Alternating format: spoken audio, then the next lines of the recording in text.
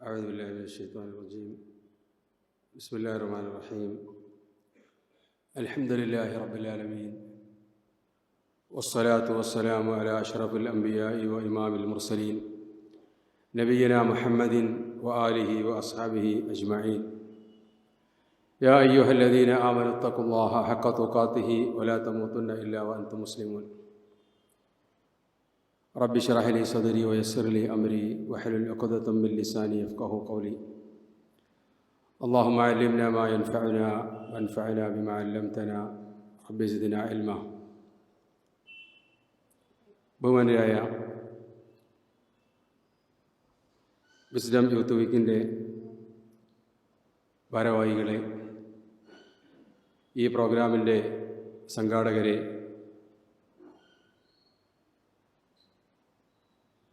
അള്ളാഹുവിൻ്റെ ദീനിനെ സംബന്ധിച്ച് പഠിക്കുവാനും മനസ്സിലാക്കുവാനും ഒത്തുചേർന്നിട്ടുള്ള ഏറ്റവും പ്രിയങ്കരായ സഹോദരി സഹോദരന്മാരെ, അസ്സലാമു അലൈക്കും വറഹ്മത്തുള്ളാഹി. എന്താണ് പലസ്തീൻ പ്രശ്നം, മുസ്ലിങ്ങളുമായി അതിനെന്താണ് ബന്ധം എന്ന് വിസ്മരിച്ചുകൊണ്ടേയിരിക്കുകയാണ്. പലസ്തീൻ പ്രശ്നം യഥാർത്ഥത്തിൽ ആദ്യം അതൊരു ലോകത്തുള്ള പ്രശ്നമായിരുന്നു. ലോക ജനത മുഴുവൻ അഭിമുഖീകരിച്ചിരുന്ന, അവർക്കിടയിലുണ്ടായിരുന്ന, അവരെല്ലാം രംഗത്തിറങ്ങി കൈകാര്യം ചെയ്തിരുന്ന ഒരു മതപ്രശ്നമായിരുന്നില്ല തുടക്കത്തിൽ. 1917 മുതൽ ഏതാനും വർഷം അങ്ങനെയായിരുന്നു.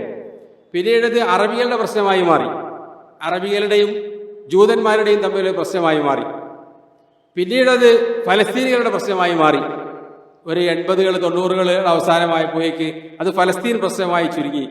ഇന്ന് അത് ആരുടെ പ്രശ്നമാണ്? അത് യഥാർത്ഥത്തിൽ ഗാസക്കാരുടെ പ്രശ്നമായി ചുരുങ്ങിയിരിക്കുകയാണ്. ആ ഒരു അവസ്ഥയിലേക്ക് അതിനെ ചുരുക്കി കെട്ടുന്നതിൽ ശത്രുക്കൾ വിജയിച്ചു എന്നതാണ് സത്യം. യഥാർത്ഥത്തിൽ അതങ്ങനെ ഗാസക്കാരുടെയോ ഫലസ്തീനികളുടെയോ അറബികളുടെയോ പ്രശ്നമല്ല, ഓരോ സത്യവിശ്വാസിയുടെയും പ്രശ്നമാണ് എന്ന് പൊതുജനങ്ങൾ മനസ്സിലാക്കുമ്പോഴാണ് എന്തുകൊണ്ടാണ് നമ്മൾ ആ വിഷയം സംസാരിക്കുന്നത് എന്നവർക്ക് ബോധ്യമാവുക. ജിഹാദിന് വേണ്ടി അടങ്ങാത്ത താല്പര്യം ഉണ്ടായതുകൊണ്ടോ കേരളത്തിനെ കുട്ടിച്ചോറാക്കാൻ വേണ്ടിയോ അല്ലെങ്കിൽ ലോകത്തിലെ ഏതെങ്കിലും പ്രദേശത്ത് അശാന്തി വിതക്കാൻ വേണ്ടിയോ അല്ല മുസ്ലിമീങ്ങൾ അതിനെ സംബന്ധിച്ച് ചർച്ച ചെയ്യുന്നത്. നമ്മളെ സംബന്ധിച്ചിടത്തോളം ബൈത്തുൽ മുഖദ്ദസ് ഉള്ളത് അവിടെയാണ്. എന്താണ് ബൈത്തുൽ മുഖദ്ദസ്? പരിശുദ്ധ ഖുർആനിലൂടെ അള്ളാഹു അതിനെ സംബന്ധിച്ച് പറഞ്ഞിട്ടുണ്ട്. അഊദു ബില്ലാഹി മിനശ് ശൈത്വാനിർ റജീം. സുബ്ഹാനല്ലദീ അസ്റാ ബിഅബ്ദിഹി ലൈലൻ മിനൽ മസ്ജിദിൽ ഹറാമി ഇലൽ മസ്ജിദിൽ അഖ്സാ അല്ലദീ ബാറക്നാ ഹൗലഹു ലിനുരിയഹു മിൻ ആയാതിനാ ഇന്നഹു ഹുവസ് സമീഉൽ ബസീർ. നബിയുനാ മുഹമ്മദ് സ്വല്ലല്ലാഹു അലൈഹി വസല്ലമ തങ്ങളുടെ ജീവിതത്തിലുണ്ടായ ഏറ്റവും വലിയ ഒരു അത്ഭുത സംഭവം നുബുവത്താണ്. പ്രവാചകനായി നബിയെ നിയോഗിച്ചു എന്നതാണ്. അതിനുശേഷമുണ്ടായ വലിയൊരു അത്ഭുതമായിരുന്നു നബി സല്ലല്ലാഹു അലൈഹി വസല്ലമ തങ്ങളെ അള്ളാഹു ഒരു രാത്രിയിൽ മസ്ജിദുൽ ഹറാമിൽ നിന്ന്, മക്കയിൽ നിന്ന് ബൈത്തുൽ മുഖദ്ദസിലേക്ക് രാപ്രയാണം ചെയ്യിച്ചത്. ഇസ്റാ എന്നാണല്ലോ അതിന് പറയുക. അതിനുശേഷം ബൈത്തുൽ മുഖദ്ദസിൽ നിന്ന് വാനലോകത്തേക്ക് നബി സല്ലല്ലാഹു അലൈഹി വസല്ലമ തങ്ങളെ കൊണ്ടുപോയി. ആ രണ്ട് കാര്യവും ഖുർആനിൽ പറയുന്നുണ്ട്. ഇസ്രായിലിന്റെ കാര്യം വളരെ വ്യക്തമായി പറഞ്ഞിട്ടുണ്ട്. പിന്നീട് മേറാജിന്റെ കാര്യം സൂചിപ്പിക്കുകയാണ് ചെയ്തിട്ടുള്ളത്. അതൊക്കെ അള്ളാഹുവിന്റെ സൗകര്യം അനുസരിച്ച് അള്ളാഹു സുബ്ഹാനഹു വ തആല ആ കാര്യങ്ങൾ ഖുർആനിൽ വിശദീകരിക്കും. അതിന് നമ്മൾ അതെന്തുകൊണ്ട് ഖുർആനിൽ പറഞ്ഞില്ല എന്ന് പറഞ്ഞിട്ടപ്പോൾ നിഷേധിക്കുന്ന ആൾക്കാർ വരെയുണ്ട്. ഏതായിരുന്നാലും ആ കാര്യം പറഞ്ഞുകൊണ്ട് അള്ളാഹു തആല പറയുന്നത് സുബ്ഹാനല്ലദീ അസ്റാ ബിഅബ്ദിഹി, തന്റെ ദാസനെ രാത്രിയിൽ കൊണ്ടുപോയവൻ പരിശുദ്ധനാകുന്നു എന്ന് പറഞ്ഞുകൊണ്ട് ബൈത്തുൽ മുഖദ്ദസിനെ സംബന്ധിച്ച് അല്ലാഹു തആല പറയുന്നുണ്ട്. എന്തിനു വേണ്ടിയാണ് കൊണ്ടുപോയത്? ലിനുരിയഹു മിൻ ആയാതിനാ, എന്റെ ദൃഷ്ടാന്തങ്ങൾ കാണിക്കുന്നതിന് വേണ്ടി. ആ ബൈത്തുൽ മുഖദ്ദസിന്റെ പരിസരത്ത് നബി സല്ലല്ലാഹു അലൈഹി വസല്ലം തങ്ങൾ കണ്ടു. പിന്നീടുള്ള മേറാജിന്റെ ആ രാപ്രയാണത്തിലും അവിടെ എത്തിയപ്പോൾ നബി സല്ലല്ലാഹു അലൈഹി വസല്ലം തങ്ങൾ അതിന് സാക്ഷിയായിട്ടുണ്ട്. ബൈത്തുൽ മുഖദ്ദസ് എന്ന് പറയുന്നത് നമ്മളെ സംബന്ധിച്ചിടത്തോളം നബി സല്ലല്ലാഹു അലൈഹി വസല്ലം തങ്ങൾ മേറാജിന് അല്ലെങ്കിൽ ഇസ്രായിന് പോയി അവിടെ ഒതുങ്ങുന്നില്ല. അതായിരുന്നു ഏറ്റവും കൂടുതൽ അമ്പിയാക്കൾ വസിച്ച പ്രദേശം. നൂഹ് നബി അലൈഹി സ്വലാമിന് ശേഷം പിന്നീട് കാലങ്ങൾക്ക് ശേഷം ഇബ്രാഹിം അലൈഹി സ്വലാം വന്നു. അദ്ദേഹം ഉണ്ടായിരുന്നത് ഇറാഖിലാണ്. ഹിജറ വന്ന് പലസ്തീനിലെത്തി. ബൈത്തുൽ മുഖദ്ദസിന്റെ പരിസരത്താണ് അവരൊക്കെ ഉണ്ടായിരുന്നത്. പിന്നീട് അങ്ങോട്ട് ഇസ്രായേലിൽ വന്ന പ്രവാചകന്മാർ മുഴുവനും നിയോഗിക്കപ്പെട്ടത് ആ പ്രദേശങ്ങളിലാണ്. അവരുടെയൊക്കെ മിക്ക ആളുകളുടെയും ഖബറുകൾ തന്നെ ആ പരിസര പ്രദേശങ്ങളിലൊക്കെ ഉണ്ട്. അതിന് പുറമെ അവിടെയുള്ള ഭൂമിയിൽ അല്ലാഹു ബർക്കത്ത് ചെയ്തിട്ടുണ്ട്. ഇബ്രാഹിം നബി അലൈഹി സ്വലാം വന്നതിനെ സംബന്ധിച്ച് പറയുന്നത് വനജ്ജൈനാഹു വലൂതൻ ഇലൽ അർദില്ലതി ബാറക്നാ ഫീഹാ ലിൽ ആലമീൻ. അദ്ദേഹത്തിനെ നാം രക്ഷപ്പെടുത്തി. ആരെ? ഇബ്രാഹിം നബി അലൈഹി ഇസ്ലാമിനെ. ഊർ പട്ടണത്തിൽ നിന്ന് അദ്ദേഹം ഓടിപ്പോന്നതാണ്. തീയിൽ കുണ്ടാരത്തിൽ നിന്നൊക്കെ ചാടി രക്ഷപ്പെട്ട് പിന്നീട് ലൂത്ത് നബി അലൈഹി ഇസ്ലാമിന്റെ അടുക്കൽ വന്നു. അവിടെ ഉണ്ടായിരുന്ന പ്രശ്നങ്ങളൊക്കെ നമുക്കറിയാം. ലൂത്ത് നബി അലൈഹി ഇസ്ലാമിന്റെ സമൂഹത്തെ നശിപ്പിക്കാൻ വേണ്ടി മലക്കുകൾ വന്നപ്പോഴാണ് ഇബ്രാഹിം നബി അലൈഹി ഇസ്ലാമിന്റെ അടുത്ത് ഇറങ്ങിയിട്ട് കുശലാന്വേഷണം നടത്തുകയും അവർക്ക് സന്തോഷ വാർത്ത നൽകുകയൊക്കെ ചെയ്യേണ്ടായത്. അങ്ങനെ അവർ രണ്ടാളും ഫലസ്തീനിൽ വന്ന് താമസിച്ചു. അതിനെപ്പറ്റി അള്ളാഹു പറഞ്ഞത് ഇലൽ അർദില്ലതി ബാറക്നാ ഫീഹാ ലിൽ ആലമീൻ, ലോകത്തുള്ള മുഴുവൻ മനുഷ്യന്മാർക്കും ബർക്കത്തായിക്കൊണ്ടാണ്, അനുഗ്രഹമായിക്കൊണ്ടാണ് അള്ളാഹു ആ ഭൂമിയെ നിശ്ചയിച്ചിട്ടുള്ളത്. വലിയ അത്ഭുതമാണ്. ലോക ചരിത്രത്തിൽ അള്ളാഹു മാനവരാശിക്കാകമാനം അനുഗ്രഹമാക്കി നിശ്ചയിച്ച ഒരു പ്രദേശത്താണ് നൂറ്റാണ്ടുകളായി കൂട്ടക്കൊലകൾ അരങ്ങേറിക്കൊണ്ടിരിക്കുന്നത്, രക്തപ്പുഴ ഒഴുകിക്കൊണ്ടിരിക്കുന്നത്. ആരാണതിന് പിന്നിൽ പ്രവർത്തിക്കുന്നത്? ആ കാര്യത്തെ സംബന്ധിച്ച് വ്യക്തമായ ബോധമുള്ളവരായിരിക്കണം നമ്മൾ ഓരോരുത്തരും. ഒരുപാട് കാര്യം ബൈത്തുൽ മുഖദ്ദസിനെ സംബന്ധിച്ചും ഫലസ്തീനെ പറ്റിയൊക്കെ ഖുർആനിലും ഹദീസിലും വന്നിട്ടുണ്ട്. രണ്ട് കാര്യം ഞാനിപ്പോൾ പറഞ്ഞു. നമ്മൾ ഹദീസുകളും ഖുർആനും പരിശോധിച്ച് നോക്കിയാൽ ഒരുപാട് കാര്യങ്ങൾ അതിനെ സംബന്ധിച്ച് നമ്മൾ മനസ്സിലാക്കിയിരിക്കേണ്ടതുണ്ട്. എന്താണ് ബൈത്തുൽ മുഖദ്ദസ് നമ്മളുമായുള്ള ബന്ധം? നബി സല്ലല്ലാഹു അലൈഹി വസല്ലം തങ്ങൾ മദീനയിലേക്ക് ഹിജറ പോയി. ഇമാം ബുഖാരി മുസ്ലിമൊക്കെ ഉദ്ധരിക്കുന്ന ഹദീസ് കാണാൻ പറ്റും. ആദ്യം നബി സല്ലല്ലാഹു അലൈഹി വസല്ലം തങ്ങൾ മദീനയിൽ എത്തിയപ്പോൾ എങ്ങോട്ടാ തിരിഞ്ഞ് നിസ്കരിച്ചത്? നമുക്ക് എല്ലാവർക്കും അറിയാം. 16 മാസം അല്ലെങ്കിൽ 17 മാസം ബൈത്തുൽ മുഖദ്ദസിലേക്ക് തിരിഞ്ഞാണ് നിസ്കരിച്ചത്. കാരണം അഹ്ലു കിതാബിനോട് സാദൃശ്യം പുലർത്താൻ വേണ്ടി. നബി സല്ലല്ലാഹു അലൈഹി വസല്ലം തങ്ങളുടെ ദീൻ എന്ന് പറയുന്നത് പ്രവാചകന്മാരുടെ ദീനാണ്. ഒരു പുതിയ ദീനുമായിട്ട് റസൂലുള്ളാഹി വന്നിട്ടില്ല. പ്രവാചകന്മാരൊന്നും യഹൂദന്മാരോ ക്രിസ്ത്യാനികളോ ആയിരുന്നില്ല, മറിച്ച് ഇബ്രാഹിം നബി അലൈഹി ഇസ്ലാമിന്റെ മില്ലത്തിലുള്ള ആളുകളായിരുന്നു. അതുകൊണ്ട് തന്നെ അവരുടെ മതത്തോട് ചേർന്ന് നിൽക്കാൻ വേണ്ടി നബി സല്ലല്ലാഹു അലൈഹി വസല്ലം തങ്ങൾക്ക് അള്ളാഹു കൽപ്പന നൽകിയത് ബൈത്തുൽ മുഖദ്ദസിലേക്ക് നിസ്കരിക്കാൻ വേണ്ടിയാണ്. 16 മാസത്തിന് ശേഷമാണ് നബി സല്ലല്ലാഹു അലൈഹി വസല്ലം തങ്ങളുടെ ആഗ്രഹം അനുസരിച്ച് മക്കയിലേക്ക് വീണ്ടും തിരിയാൻ അള്ളാഹുവിന്റെ അനുവാദം ഉണ്ടാകുന്നത്. അപ്പൊ മുസ്ലിങ്ങളുടെ കിബിലയാണ്. ലോക മുസ്ലിമീങ്ങൾക്ക് തീർത്ഥാടനം നടത്താൻ വേണ്ടി നബി സല്ലല്ലാഹു അലൈഹി വസല്ലം തങ്ങൾ നിശ്ചയിച്ചിട്ടുള്ള 3 പള്ളികളുണ്ട്. ഒന്ന് നമുക്കറിയാം, മസ്ജിദുൽ ഹറാം. ഹജ്ജുമായി ബന്ധപ്പെട്ട് മുസ്ലിമീങ്ങളിൽ കഴിവുള്ള ആളുകൾ നിർബന്ധമായും ആ തീർത്ഥാടനത്തിന് പോകണം. രണ്ടാമത്തേത് മസ്ജിദുൽ നബവി, നബി സല്ലല്ലാഹു അലൈഹി വസല്ലം തങ്ങളുടെ പള്ളി. മൂന്നാമത്തേത് മസ്ജിദുൽ അഖ്സ. അപ്പൊ മൂന്നാമത്തെ ഹറമാണ് മസ്ജിദുൽ അഖ്സ. മസ്ജിദുൽ ഹറാമിൽ നിസ്കരിച്ചാൽ 1,00,000 പ്രതിഫലമുണ്ട്, ഇരട്ടി. മസ്ജിദ് നബവിയിൽ നിസ്കരിച്ചാലോ 1000 ഇരട്ടിയുണ്ട്. ചില ഹദീസുകളിൽ വന്നിട്ടുള്ളത് വ്യക്തമായി വന്നിട്ടില്ലെങ്കിലും മസ്ജിദുൽ അഖ്സയിൽ നിസ്കരിച്ചാൽ 500 ഇരട്ടി പ്രതിഫലമുണ്ട് എന്നാണ്. അപ്പൊ അങ്ങനെ പ്രാർത്ഥിച്ചാൽ പ്രതിഫലം ലഭിക്കുന്ന, ഉത്തരം ലഭിക്കുന്ന, അതിന് 500 ഇരട്ടി പ്രതിഫലമുള്ള പ്രദേശമാണ് മസ്ജിദുൽ അഖ്സ. മഹാനായ ദാവൂദ് നബി അലൈഹി സ്വലാത്തു വസ്സലാം അദ്ദേഹമാണ് മസ്ജിദുൽ അഖ്സ പുനർനിർമ്മിച്ചത്. ഹദീസ് കാണാൻ പറ്റും. അബൂദർ അൽ ഗിഫാരി റളിയല്ലാഹു അൻഹു നബി സല്ലല്ലാഹു അലൈഹി വസല്ലം തങ്ങളോട് ചോദിക്കുകയാണ്, അല്ലാഹുവിന്റെ ദൂതരെ, അയ്യു മസ്ജിദിൻ ഉദിഅ ഫിൽ അർദി അവ്വല, ഭൂലോകത്ത് അല്ലാഹു പണിയാൻ വേണ്ടി കൽപ്പിച്ചിട്ടുള്ള ആദ്യത്തെ മസ്ജിദ് ഏതാണ്? നബി സല്ലല്ലാഹു അലൈഹി വസല്ലം തങ്ങൾ പറഞ്ഞു, മസ്ജിദുൽ ഹറാം, മക്കയിലെ മസ്ജിദുൽ ഹറാമാണ്. സുമ്മ ഐ, ആ സഹാബി ചോദിച്ചു, പിന്നെ ഏതാണ്? നബി സല്ലല്ലാഹു അലൈഹി വസല്ലം തങ്ങളുടെ മറുപടി മസ്ജിദുൽ അഖ്സ, പിന്നെ മസ്ജിദുൽ അഖ്സയാണ്. അപ്പോൾ ആ സഹാബി വീണ്ടും ചോദിച്ചു, കം കാന ബൈനഹുമ, അതിനിടയിൽ എത്ര കാലമുണ്ടായിരുന്നു? നബി സല്ലല്ലാഹു അലൈഹി വസല്ലം തങ്ങളുടെ മറുപടി 40 സന. 40 സന എന്ന് പറഞ്ഞാൽ എത്രയാണ്? 40 വർഷം. ചില ആളുകൾക്ക് ഇപ്പോൾ ഈ ഹദീസ് ഇവിടൊക്കെ വലിയ ചർച്ചയാണല്ലോ. അപ്പൊ ഇബ്രാഹിം നബി അലൈഹി സ്വലാമാണ് മസ്ജിദുൽ ഹറാം ഉണ്ടാക്കിയത്, അല്ലെങ്കിൽ കഅബ പണിതത്. സുലൈമാൻ നബിയാണ് മസ്ജിദുൽ അഖ്സ പണിതത്. അവർക്കിടയിൽ 40 കൊല്ലം. അപ്പൊ ഇമാം ബുഖാരിക്ക് വിവരല്ല, അദ്ദേഹം ലൈഫായ ഹദീസാണ്, ചരിത്രത്തിന് വിരുദ്ധമായ, ചരിത്ര യാഥാർത്ഥ്യത്തിന് വിരുദ്ധമായ കാര്യമാണ് ക്രോഡീകരിച്ചത് എന്നാണ്. അതല്ല, ആ കാര്യമൊക്കെ ഏത് ചെറിയ കുട്ടികൾക്കും അറിയുന്നതാണ്. അങ്ങനെ അബദ്ധം ക്രോഡീകരിച്ചതല്ല. ഇവിടെ ചരിത്രം പറഞ്ഞത് ഭൂമിയിൽ ആദ്യം സ്ഥാപിച്ച പള്ളി മക്കയിലുള്ളത് ഇബ്രാഹിം നബി അല്ല സ്ഥാപിച്ചത്, അതിന് മുമ്പ് തന്നെ അവിടെ സ്ഥാപിച്ചിട്ടുണ്ട്. വൈദി യർഫഉ ഇബ്രാഹിമുൽ ഖവായിദ മിനൽ ബൈത്ത്, അവിടെ ഉണ്ടായിരുന്ന വീടിന്റെ തറ വീണ്ടും അദ്ദേഹം ഉയർത്തുകയാണ് ചെയ്തത്. ആ രൂപത്തിൽ തന്നെയാണ് മസ്ജിദുൽ അഖ്സയും. അതൊക്കെ എന്ന് തുടങ്ങി, ആര് തുടങ്ങി എന്നതും സഹിയായ റിപ്പോർട്ടുകളിൽ വന്നിട്ടില്ല. അപ്പൊ ആ കാലഘട്ടനെയാണ് പറഞ്ഞത്. ആദ്യം മസ്ജിദുൽ ഹറാം, പിന്നീട് മസ്ജിദുൽ അഖ്സ.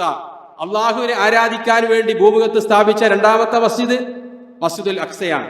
ഇവർ സുലൈമാൻ നബി അലൈഹി സ്വലാത്തു വസ്സലാം ആ പള്ളി പുനർനിർമ്മിച്ചു, അവിടെ ആരാധനയ്ക്ക് നേതൃത്വം നൽകി. എന്നിട്ട് അള്ളാഹുവിനോട് പ്രാർത്ഥിച്ചു. ഇബ്രാഹിം നബി അലൈഹിസ്സലാം വൈദി യർഫഉ ഇബ്രാഹിമുൽ ഖവായിദ മിനൽ ബൈത്തി വഇസ്മാഈൽ റബ്ബനാ തഖബ്ബൽ മിന്നാ ഇന്നക അൻതസ് സമീഉൽ അലീം എന്ന് ആര് പ്രാർത്ഥിച്ചിട്ടുണ്ട്? ഇബ്രാഹിം നബി അലൈഹിസ്സലാം. അതേ പ്രാർത്ഥന മസ്ജിദുൽ അഖ്സ പണിതുകൊണ്ട് സുലൈമാൻ നബി അലൈഹിസ്സലാം പ്രാർത്ഥിക്കുകയാണ്. ആ കൂട്ടത്തിൽ അദ്ദേഹം 3 കാര്യങ്ങൾ ചോദിക്കുകയുണ്ടായി. ഒന്ന്, അള്ളാഹുവേ, ഭൂമി ലോകത്ത് നീ ആർക്കും നൽകാത്ത ആധിപത്യം നൽകി എന്നെ നീ അനുഗ്രഹിക്കണമേ. അള്ളാഹു അതിന് ഉത്തരം നൽകി. സുലൈമാൻ നബിയെ പോലെ മുൽക്ക് പിന്നെ ആർക്കും അള്ളാഹു നൽകിയിട്ടില്ല. രണ്ടാമത്തെ അദ്ദേഹത്തിന്റെ ചോദ്യം, ആവശ്യം, അള്ളാഹുവിന്റെ ആധിപത്യത്തിനൊത്ത ഹിക്മത്ത് എനിക്ക് നീ നൽകണേ, അല്ലെ? അതും അള്ളാഹു നൽകിയിട്ടുണ്ട് സുലൈമാൻ നബി അലൈഹി ഇസ്ലാമിന്. ദാവൂദ് നബിയെക്കാളും ഹിക്മത്ത് നൽകി അനുഗ്രഹിച്ചു എന്ന് ഖുർആനിൽ തന്നെ പറയുന്നു. മൂന്നാമതായി സുലൈമാൻ നബി അലൈഹി ഇസ്ലാം അള്ളാഹുവിനോട് ആവശ്യപ്പെട്ടത്, അള്ളാഹുവെ, ഈ പള്ളിയിൽ വന്ന് ആരെങ്കിലും നിസ്കരിച്ചാൽ അവന്റെ പാപം നീ പുറത്തു കൊടുക്കണമേ. നബി സല്ലല്ലാഹു അലൈഹി വസല്ലം തങ്ങൾ പറയുന്നത്, അള്ളാഹു അതിനും ഉത്തരം നൽകി എന്നാണ് ഞാൻ വിചാരിക്കുന്നത്. അപ്പൊ ആ പള്ളിയിൽ നിസ്കരിച്ചാലുള്ള പ്രതിഫലത്തിന്റെ കാര്യമാണ് ആ പറഞ്ഞത്. അവിടെ പോയി നിസ്കരിക്കാൻ അള്ളാഹു നമ്മൾക്ക് എല്ലാവർക്കും തൗഫീക്ക് നൽകി അനുഗ്രഹിക്കുമാറാവട്ടെ. അപ്പൊ മുസ്ലിങ്ങളെ സംബന്ധിച്ചിടത്തോളം നമ്മുടെ തീർത്ഥാടന കേന്ദ്രമാണ് ഏത്? മസ്ജിദുൽ അഖ്സ. അവിടെ പോയി പ്രാർത്ഥിച്ചാൽ തെറ്റുകൾക്ക് പരിഹാരമാണ്. നമ്മളുടെയൊക്കെ ആത്മീയ പിതാക്കന്മാർ, അമ്പിയാക്കൾ, അവരുടെയെല്ലാം സംഗമ ഭൂമിയായിരുന്നു മസ്ജിദുൽ അഖ്സ. അതല്ലാതെ ഏതെങ്കിലും അറബ് വംശജർ താമസിച്ച, ഏതെങ്കിലും അറബ് വംശജർ കലാപമുണ്ടാക്കുന്നിടത്ത് തലയിട്ട് അതിനോടൊക്കെ പിന്തുണ കൊടുത്ത് ഇവിടെയും അങ്ങനെ പ്രശ്നം ഉണ്ടാക്കാനുള്ള ശ്രമമല്ല. നമ്മളെ സംബന്ധിച്ചിടത്തോളം നമ്മുടെ വിശ്വാസത്തിന്റെയും ആദർശത്തിന്റെയും ഭാഗമാണ് മസ്ജിദുൽ അഖ്സ. അത് അറബികളുടെ പ്രശ്നമല്ല, ഫലസ്തീനികളുടെ പ്രശ്നമല്ല, അതൊക്കെ അവരുടെ പ്രശ്നം കൂടിയാണ്. അതോടൊപ്പം അവിടെ ഒരുപാട് പ്രശ്നങ്ങളുണ്ട്, പലതരത്തിലുള്ള ദേശീയതയുടെ പ്രശ്നമുണ്ട്. അവിടെയുള്ള ആളുകൾ അറബികളും മുസ്ലിങ്ങളും മാത്രമല്ല, അല്ലാത്ത ആളുകളുണ്ടായിരുന്നു, യഹൂദന്മാരുണ്ടായിരുന്നു, മതമില്ലാത്തവരുണ്ടായിരുന്നു, ക്രൈസ്തവരുണ്ടായിരുന്നു. അവരെല്ലാം അവിടെയുള്ള അതിക്രമത്തിന് വിധേയമായവരാണ്. അവർക്കൊക്കെ നീതി ലഭിക്കണം, അതിന് അവരെല്ലാം സംഘം ചേർന്നിട്ടുണ്ട്. അതിനോടൊക്കെ ചേർന്നുകൊണ്ട് മുസ്ലിങ്ങൾക്ക് പ്രവർത്തിക്കാം. പക്ഷെ അതോടൊപ്പം അത് ലോക മുസ്ലിമുകളുടെ പ്രശ്നമാണ്. ആ പ്രശ്നം നമ്മൾ വിസ്മരിക്കാൻ പാടില്ല. എന്തുകൊണ്ട് മുസ്ലിങ്ങൾക്ക് അതിൽ നിന്ന് നഷ്ടപ്പെട്ടു എന്ന് ചോദിച്ചാൽ അതിനെ നമ്മൾ വിസ്മരിക്കാൻ ശ്രമിക്കുന്നത് കൊണ്ടാണ്. അത് വിസ്മരിക്കപ്പെടാതിരിക്കണമെങ്കിൽ എന്താണ് മസ്ജിദുൽ അഖ്സ എന്ന് നമ്മൾ കൂടെ അതിനെപ്പറ്റി പഠിക്കുകയും വായിക്കുകയും മനസ്സിലാക്കുകയും ചെയ്യണമെന്ന് നിങ്ങളോടെല്ലാവരോടും അഭ്യർത്ഥിക്കുകയാണ്. അതിനെ സംബന്ധിച്ച് ബാറക്കിന ഹൗലഹു, അതിന് ചുറ്റും അല്ലാഹു അനുഗ്രഹം ചൊരിഞ്ഞിട്ടുണ്ട് എന്ന് ഖുർആനിൽ പറഞ്ഞു. എന്താണ് ആ ബർക്കത്ത്? അത് നമ്മൾ മനസ്സിലാക്കേണ്ടതാണ്. അള്ളാഹു എല്ലാ അർത്ഥത്തിലും പ്രവാചകന്മാരെ നിയോഗിച്ചു, അവിടെയുള്ള ജീവിത രീതി, അവിടെയുള്ള മനുഷ്യന്മാരെ, അവിടെയുള്ള കാർഷിക ഭൂമികളെപ്പോലും അള്ളാഹു അനുഗ്രഹിച്ചു എന്നാണ് മുഫസ്സിറുകൾ വിശദമാക്കിയിട്ടുള്ളത്. നമ്മുടെ അനുഭവം അങ്ങനെ തന്നെയാണ്. അവിടെയുള്ള ആളുകളെ കൂട്ടക്കൊല നടത്തുകയാണ്. കുരുന്നുകളെ പിടിച്ചാണ് അവർ കാര്യമായി കൊല്ലുന്നത്. പക്ഷേ പിന്നീട് പുതിയ പുതിയ തലമുറകള് അനുഗ്രഹീതരായ മനുഷ്യന്മാർ ഉടലെടുക്കുകയാണ്. എത്ര നശിപ്പിച്ചാലും കൂടുതൽ വിദ്യാസമ്പന്നരും ഖുർആൻ പഠിച്ചവരുമായ കഴിവുറ്റ ആളുകളാണ് അവിടെ നിന്ന് വരുന്നത്. നമ്മളെപ്പോലെ തിന്നാൻ കഴിയാത്ത രൂപത്തിൽ വാരി വലിച്ച് തിന്നിട്ടും നമ്മൾക്കൊന്നും എഴുന്നേറ്റിരിക്കാൻ വയ്യ. എന്നാൽ മാസങ്ങളോളം പട്ടിണി കിടന്ന് വീണ്ടും ജിഹാദ് നടത്താൻ, അള്ളാഹുവിന്റെ മാർഗത്തിൽ പോരാടാൻ ആരോഗ്യവും തന്റേടവുമുള്ള തലമുറകൾ വീണ്ടും അവിടെ ഉണ്ടായിക്കൊണ്ടേയിരിക്കുകയാണ്. അവിടെയാണ് സെയ്ത്തൂൻ പാടങ്ങളുള്ളത്. സെയ്ത്തൂൻ നമുക്കൊക്കെ അറിയാം. ഖുർആനിൽ അള്ളാഹു അതിന്റെ പ്രാധാന്യം പറഞ്ഞിട്ടുണ്ട്. അത് കറിയായി ഉപയോഗിക്കാമെന്നാണ് ഖുർആനിൽ സ്ഥലത്ത് പറഞ്ഞത്, അല്ലെ? സിബുകത്തല്ലക്കും, നിങ്ങൾ കറിയായി ഉപയോഗിക്കാം. റൊട്ടിയും മറ്റു സാധനമൊക്കെ കഴിക്കാൻ വേണ്ടി പ്രത്യേകിച്ച് കറിയൊന്നും തീയിൽ വെച്ച് വേവിക്കേണ്ട ആവശ്യമില്ല. സെയ്ത്തൂൻ ഓയിൽ, ഒലീവ് ഓയിൽ ഒഴിച്ചിട്ട് കഴിച്ചാൽ മതി. അപ്പൊ ഇതൊക്കെ അതിന്റെ അനുഗ്രഹത്തിന്റെ വ്യത്യസ്ത ഭാഗങ്ങളാണ് എന്ന് സാന്ദർഭോചിതമായി സൂചിപ്പിക്കുകയാണ്. മുസ്ലിങ്ങളെ സംബന്ധിച്ചിടത്തോളം രണ്ടാമതായി മുസ്ലിമീങ്ങളും അല്ലാത്തവരും മനസ്സിലാക്കേണ്ട ഒരു കാര്യമാണ്.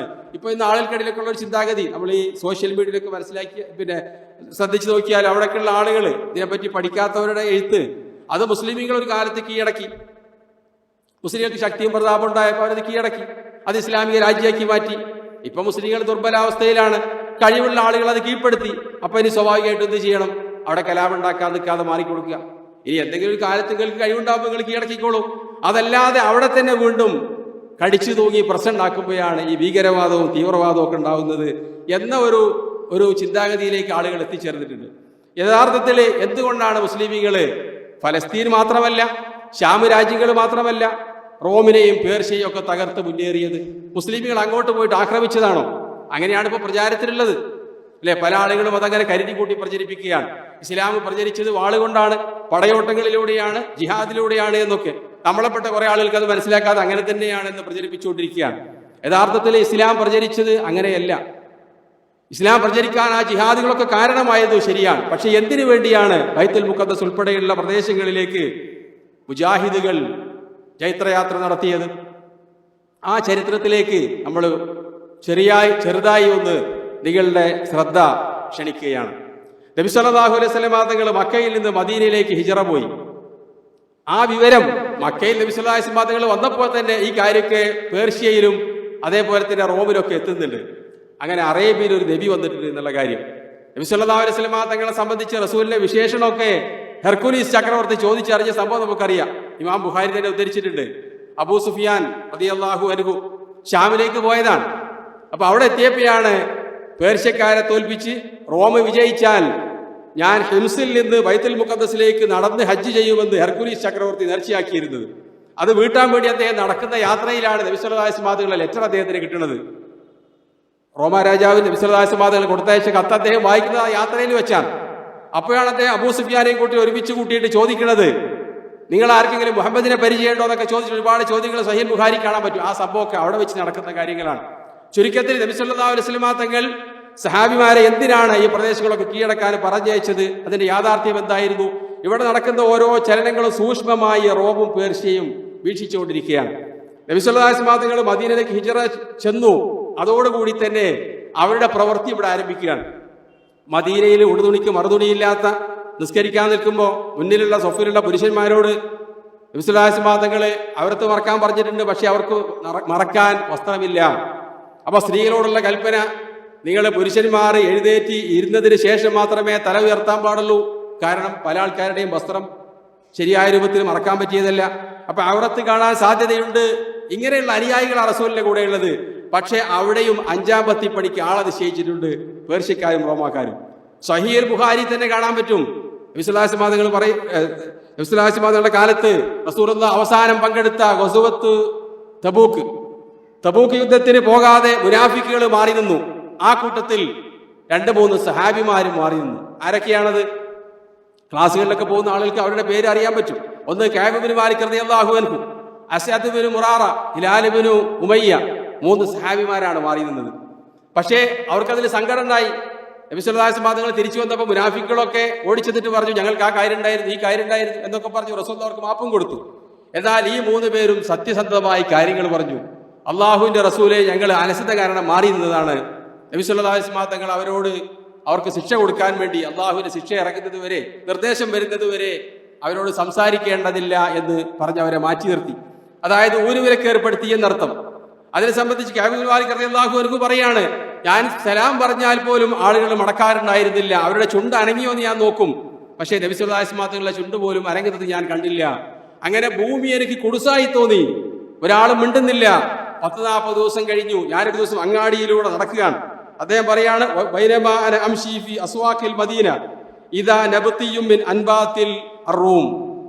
ഞാൻ അതിലൂടെ നടക്കുമ്പോൾ ഒരു വെള്ളക്കാരൻ അദ്ദേഹം ചോദിക്കുകയാണ് ആൾക്കാരോട്, ആരാണ് കഅബ് ഇബ്നു മാലിക്? അപ്പൊ ആൾക്കാർ എന്നെ ചൂണ്ടിക്കാണിച്ചു കൊടുത്തു.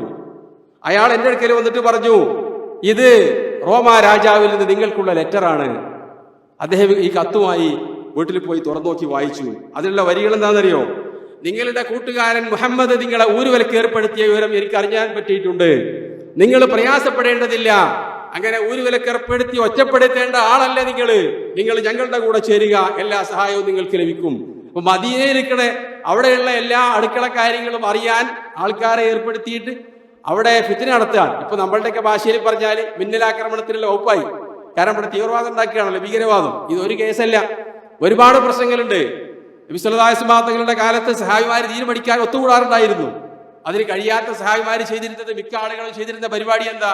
ഉമർ ഇബ്നുൽ ഖത്താബ് റളിയല്ലാഹു അൻഹുടെ ഉൾപ്പെടെയുള്ള സഹാബിമാര് 2 പേര് കമ്പനിയാവും. ഉമർ റളിയല്ലാഹുവിന്റെ കൂട്ടുകാരൻ ഇത്ബാൻ ഇബ്നു മാലിക് റളിയല്ലാഹു അൻഹു ആണ്. ഒരു ദിവസം ഇത്ബാൻ ക്ലാസ്സിന് പോകും, ഉമർ ഇബ്നുൽ ഖത്താബ് ജോലിക്ക് പോകും. പിറ്റേ ദിവസം തിരിച്ചും. അങ്ങനെ ഒരു ദിവസം ഉമർ റളിയല്ലാഹു അൻഹു വീട്ടിലേക്ക് വന്നപ്പോ ഓടിക്കതച്ച് ഇത്ബാൻ ഇബ്നു മാലിക് റളിയല്ലാഹു അൻഹു വരികയാണ്. അപ്പൊ ഉമറിന്റെ ചോദ്യം, എന്താ ഗസ്സാൻ രാജാവ് വന്നോ? ഗസ്സാൻ രാജാവ് എന്ന് പറഞ്ഞാൽ ആധുനിക ജോർദാനിലെ ബൽക്കാ എന്ന് പറഞ്ഞ പ്രദേശമുണ്ട്. സൗദി അറേബ്യയിൽ നിന്ന് ഏതാനും കിലോമീറ്ററുകൾ ദൂരത്താണ്. ആ പ്രദേശത്ത് റോമാ രാജാവിന്റെ കീഴിൽ ഭരിച്ചിരുന്ന ഉപരാജാവ്, ചെറിയ നാട്ടുരാജാവാണ്. ശുറഹബീൽ ഇബ്നു അംർ അൽ ഗസ്സാനി എന്ന രാജാവാണ് അവിടെ ഭരിച്ചിരുന്നത്. അപ്പൊ അദ്ദേഹം വന്നോ എന്നാണ് ആര് ചോദിക്കുന്നത്? ഉമർ റളിയല്ലാഹു ചോദിക്കുന്നത്. ഹദീസിൽ അത് റിപ്പോർട്ട് ചെയ്യുന്ന സഹാബി പറയാണ്, ഞങ്ങൾ പ്രതീക്ഷിച്ചിരുന്നു ഏത് സമയവും ഗസ്സാൻ രാജാവ് ആക്രമണം നടത്തിയേക്കാം. അപ്പൊ ഇവർ പേടിച്ചു കഴിയാനോടെ അവർക്ക് ഭയമുണ്ടായിരുന്നില്ല. പക്ഷെ അവർ പ്രതീക്ഷിച്ചിരുന്നു എന്ത്? റോമാ സൈന്യം അല്ലെങ്കിൽ പേർഷ്യക്കാർ അല്ലെങ്കിൽ റോമാക്കാർ ഞങ്ങളെ ആക്രമിക്കും എന്ന ധാരണയിൽ തന്നെയാണ് ആര് കഴിച്ചു കൂട്ടുന്നത്? സഹായിമാര് കഴിച്ചു കൂട്ടുന്നത്. അപ്പൊ ഇദ്ദേഹത്തിന്റെ വെപ്രാളവും കിതപ്പൊക്കെ കണ്ടപ്പോ എന്ത് വിചാരിച്ചു? അപ്പൊ റോമാ രാജാവ് ആക്രമിച്ചോ എന്നാ ചോദിക്കുന്നത്. അപ്പൊ ഇത്ബാന്റെ മറുപടി റളിയല്ലാഹു അൻഹു, അല്ല, നബി സല്ലല്ലാഹു അലൈഹി വസല്ലം തങ്ങൾ പത്നിമാരെയെല്ലാം തലാഖ് ചൊല്ലി എന്ന് കേൾക്കുന്നുണ്ട്. ഖുർആനിനെ പറ്റി പറയുന്നുണ്ട്. ഭാര്യമാർ ഒരുപാട് കാര്യങ്ങളൊക്കെ ചോദിച്ച് റസൂലിനെ പ്രയാസപ്പെടുത്തിയപ്പോ നബി സല്ലല്ലാഹു അലൈഹി വസല്ലം തങ്ങൾ മിണ്ടാതെ റൂമിന്റെ ഇടയിൽ ഒരു സ്ഥലം വെള്ളം കുടിക്കാൻ ഏർപ്പെടുത്തിയിട്ടില്ല. പഴയ കാലത്തൊക്കെ വീട്ടിലൊക്കെ ഉണ്ടായിരുന്നു അങ്ങനെയുള്ള സ്ഥലങ്ങൾ. അവിടെ പോയി ഇരുന്നതാണ്. അപ്പൊ അവർക്ക് തോന്നി നബി സല്ലല്ലാഹു അലൈഹി വസല്ലം തങ്ങൾ ഭാര്യമാരൊക്കെ തലാഖ് ചൊല്ലി പിരിച്ചിട്ടുണ്ട്. അപ്പൊ ഇവിടെ ഉമറിനോട് പറയാനുള്ള കാര്യം എന്താണ്? ഉമറിന്റെ ഭാര്യ റളിയല്ലാഹു അൻഹു ഹഫ്സ റളിയല്ലാഹു അൻഹ റസൂലിന്റെ പത്നിയാണ്. നബി സല്ലല്ലാഹു അലൈഹി വസല്ലം തങ്ങൾ തലാഖ് ചൊല്ലി ഒഴിവാക്കി എന്ന് പറഞ്ഞാൽ അള്ളാഹുവിന്റെയും റസൂലിന്റെയും കോപം എന്റെ മകളുടെ പേരിൽ വർഷിക്കുമോ എന്ന് കേട്ടിട്ട് ഉമർ റളിയല്ലാഹു ഓടിച്ചെന്നിട്ട് ഹഫ്സയുടെ അടുത്തേക്ക് ചെന്നു, റസൂലിന്റെ അടുത്തേക്കൊക്കെ ചെന്നു സല്ലല്ലാഹു അലൈഹി വസല്ലം.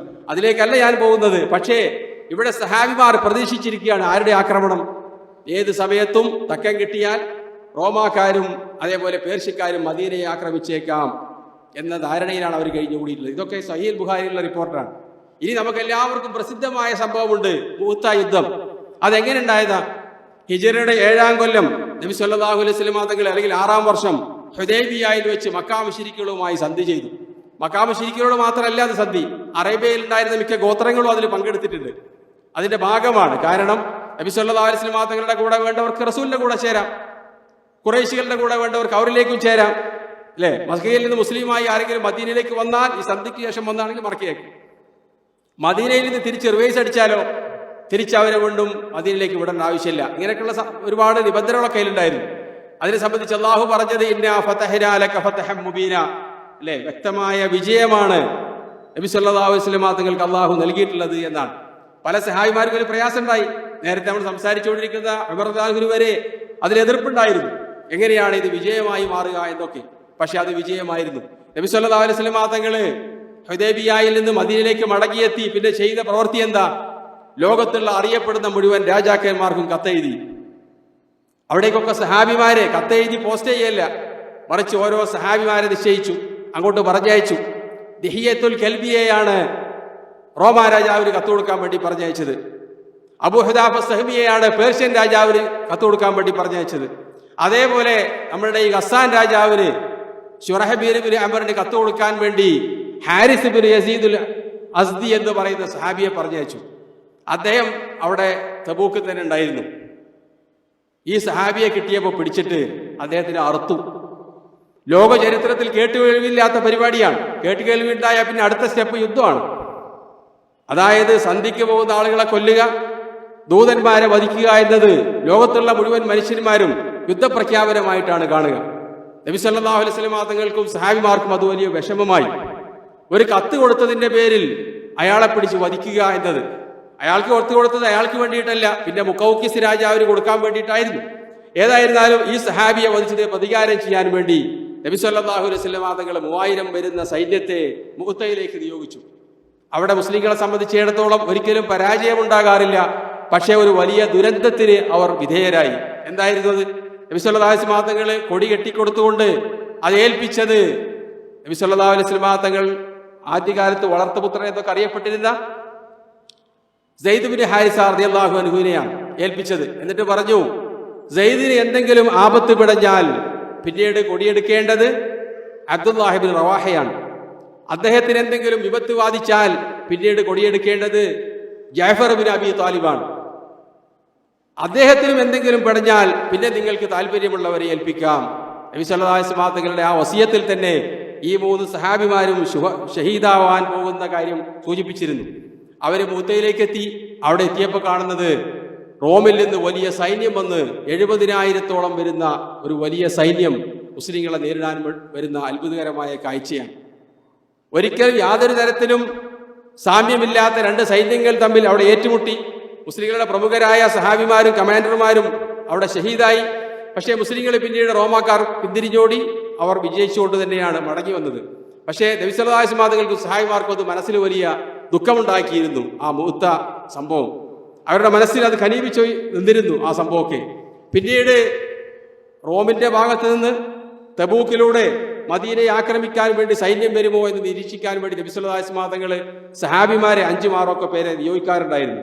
അതിനിടയിലാണ് റോമാ രാജാവ് 1,00,000 വരുന്ന സൈന്യവുമായി മദീനയെ ആക്രമിക്കാൻ വേണ്ടി ഒരുങ്ങുന്നു എന്ന വാർത്ത നബി സല്ലല്ലാഹു അലൈഹി വസല്ലം തങ്ങൾക്ക് ലഭിക്കുകയും നബി സല്ലല്ലാഹു അലൈഹി വസല്ലം തങ്ങൾ 3000-ഓളം വരുന്ന അനുയായികളെയുമായി തബൂക്ക് യുദ്ധത്തിന് പുറപ്പെടുകയും ചെയ്തത്.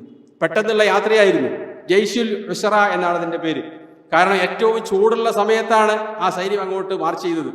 അതുകൊണ്ടാണ് ആ പേരിൽ അറിയപ്പെടുന്നത്. അതിനു വേണ്ടിയിട്ട് സഹാബിമാര് ധനസമാഹരണം നടത്തിയതൊക്കെ ഇസ്ലാമിക ചരിത്രത്തിൽ വളരെ പ്രസിദ്ധമാണ്. ഉസ്മാൻ ഇബ്നു അഫ്ഫാൻ റളിയല്ലാഹു അൻഹു ആണ് അതിന് 700 ഒട്ടകങ്ങളെയും അതിന് വഹിക്കാൻ ആവശ്യമായ സാമഗ്രികളും ഭക്ഷണ സാധനങ്ങളൊക്കെ സംഭാവന ചെയ്തത്. ഒന്നും കൊടുക്കാനില്ലാത്ത സഹായിമാരുണ്ടായിരുന്നു. ഒരുപാട് പേര് അങ്ങനെയുള്ള ആൾക്കാരായിരുന്നു. ജിഹാദിന് പോകാൻ താല്പര്യമുണ്ടായിരുന്നു, യുദ്ധത്തിന് പോകാൻ താല്പര്യമുണ്ടായിരുന്നു. പക്ഷേ വാഹനമില്ലാത്തതുകൊണ്ട് കണ്ണീരി തുടച്ചുകൊണ്ടാണ് പല സഹായിമാരും അവിടുന്ന് മടങ്ങിപ്പോകുന്നത്. ഈ യുദ്ധത്തിനാണ് 3 സഹായിമാര് മാറി നിന്ന കാര്യം നേരത്തെ നമ്മൾ പറയുകയുണ്ടായത്. അങ്ങനെ തബൂക്കിലേക്ക് നബി സല്ലല്ലാഹു അലൈഹി വസല്ലം തങ്ങൾ പുറപ്പെട്ടു. പക്ഷേ റോമാക്കാർക്ക് നബി സല്ലല്ലാഹു അലൈഹി വസല്ലം തങ്ങളുടെ റസൂലിനെ പറ്റിയുള്ള ഭയം കാരണം ഒരു ഏറ്റുമുട്ടൽ ഉണ്ടായില്ല. അവർ പിന്തിരിഞ്ഞു പോയി. അങ്ങനെ ഒരു യുദ്ധമില്ലാതെ തന്നെ മുസ്ലിങ്ങൾ വിജയിച്ചുകൊണ്ട് തിരിച്ചു വന്നു.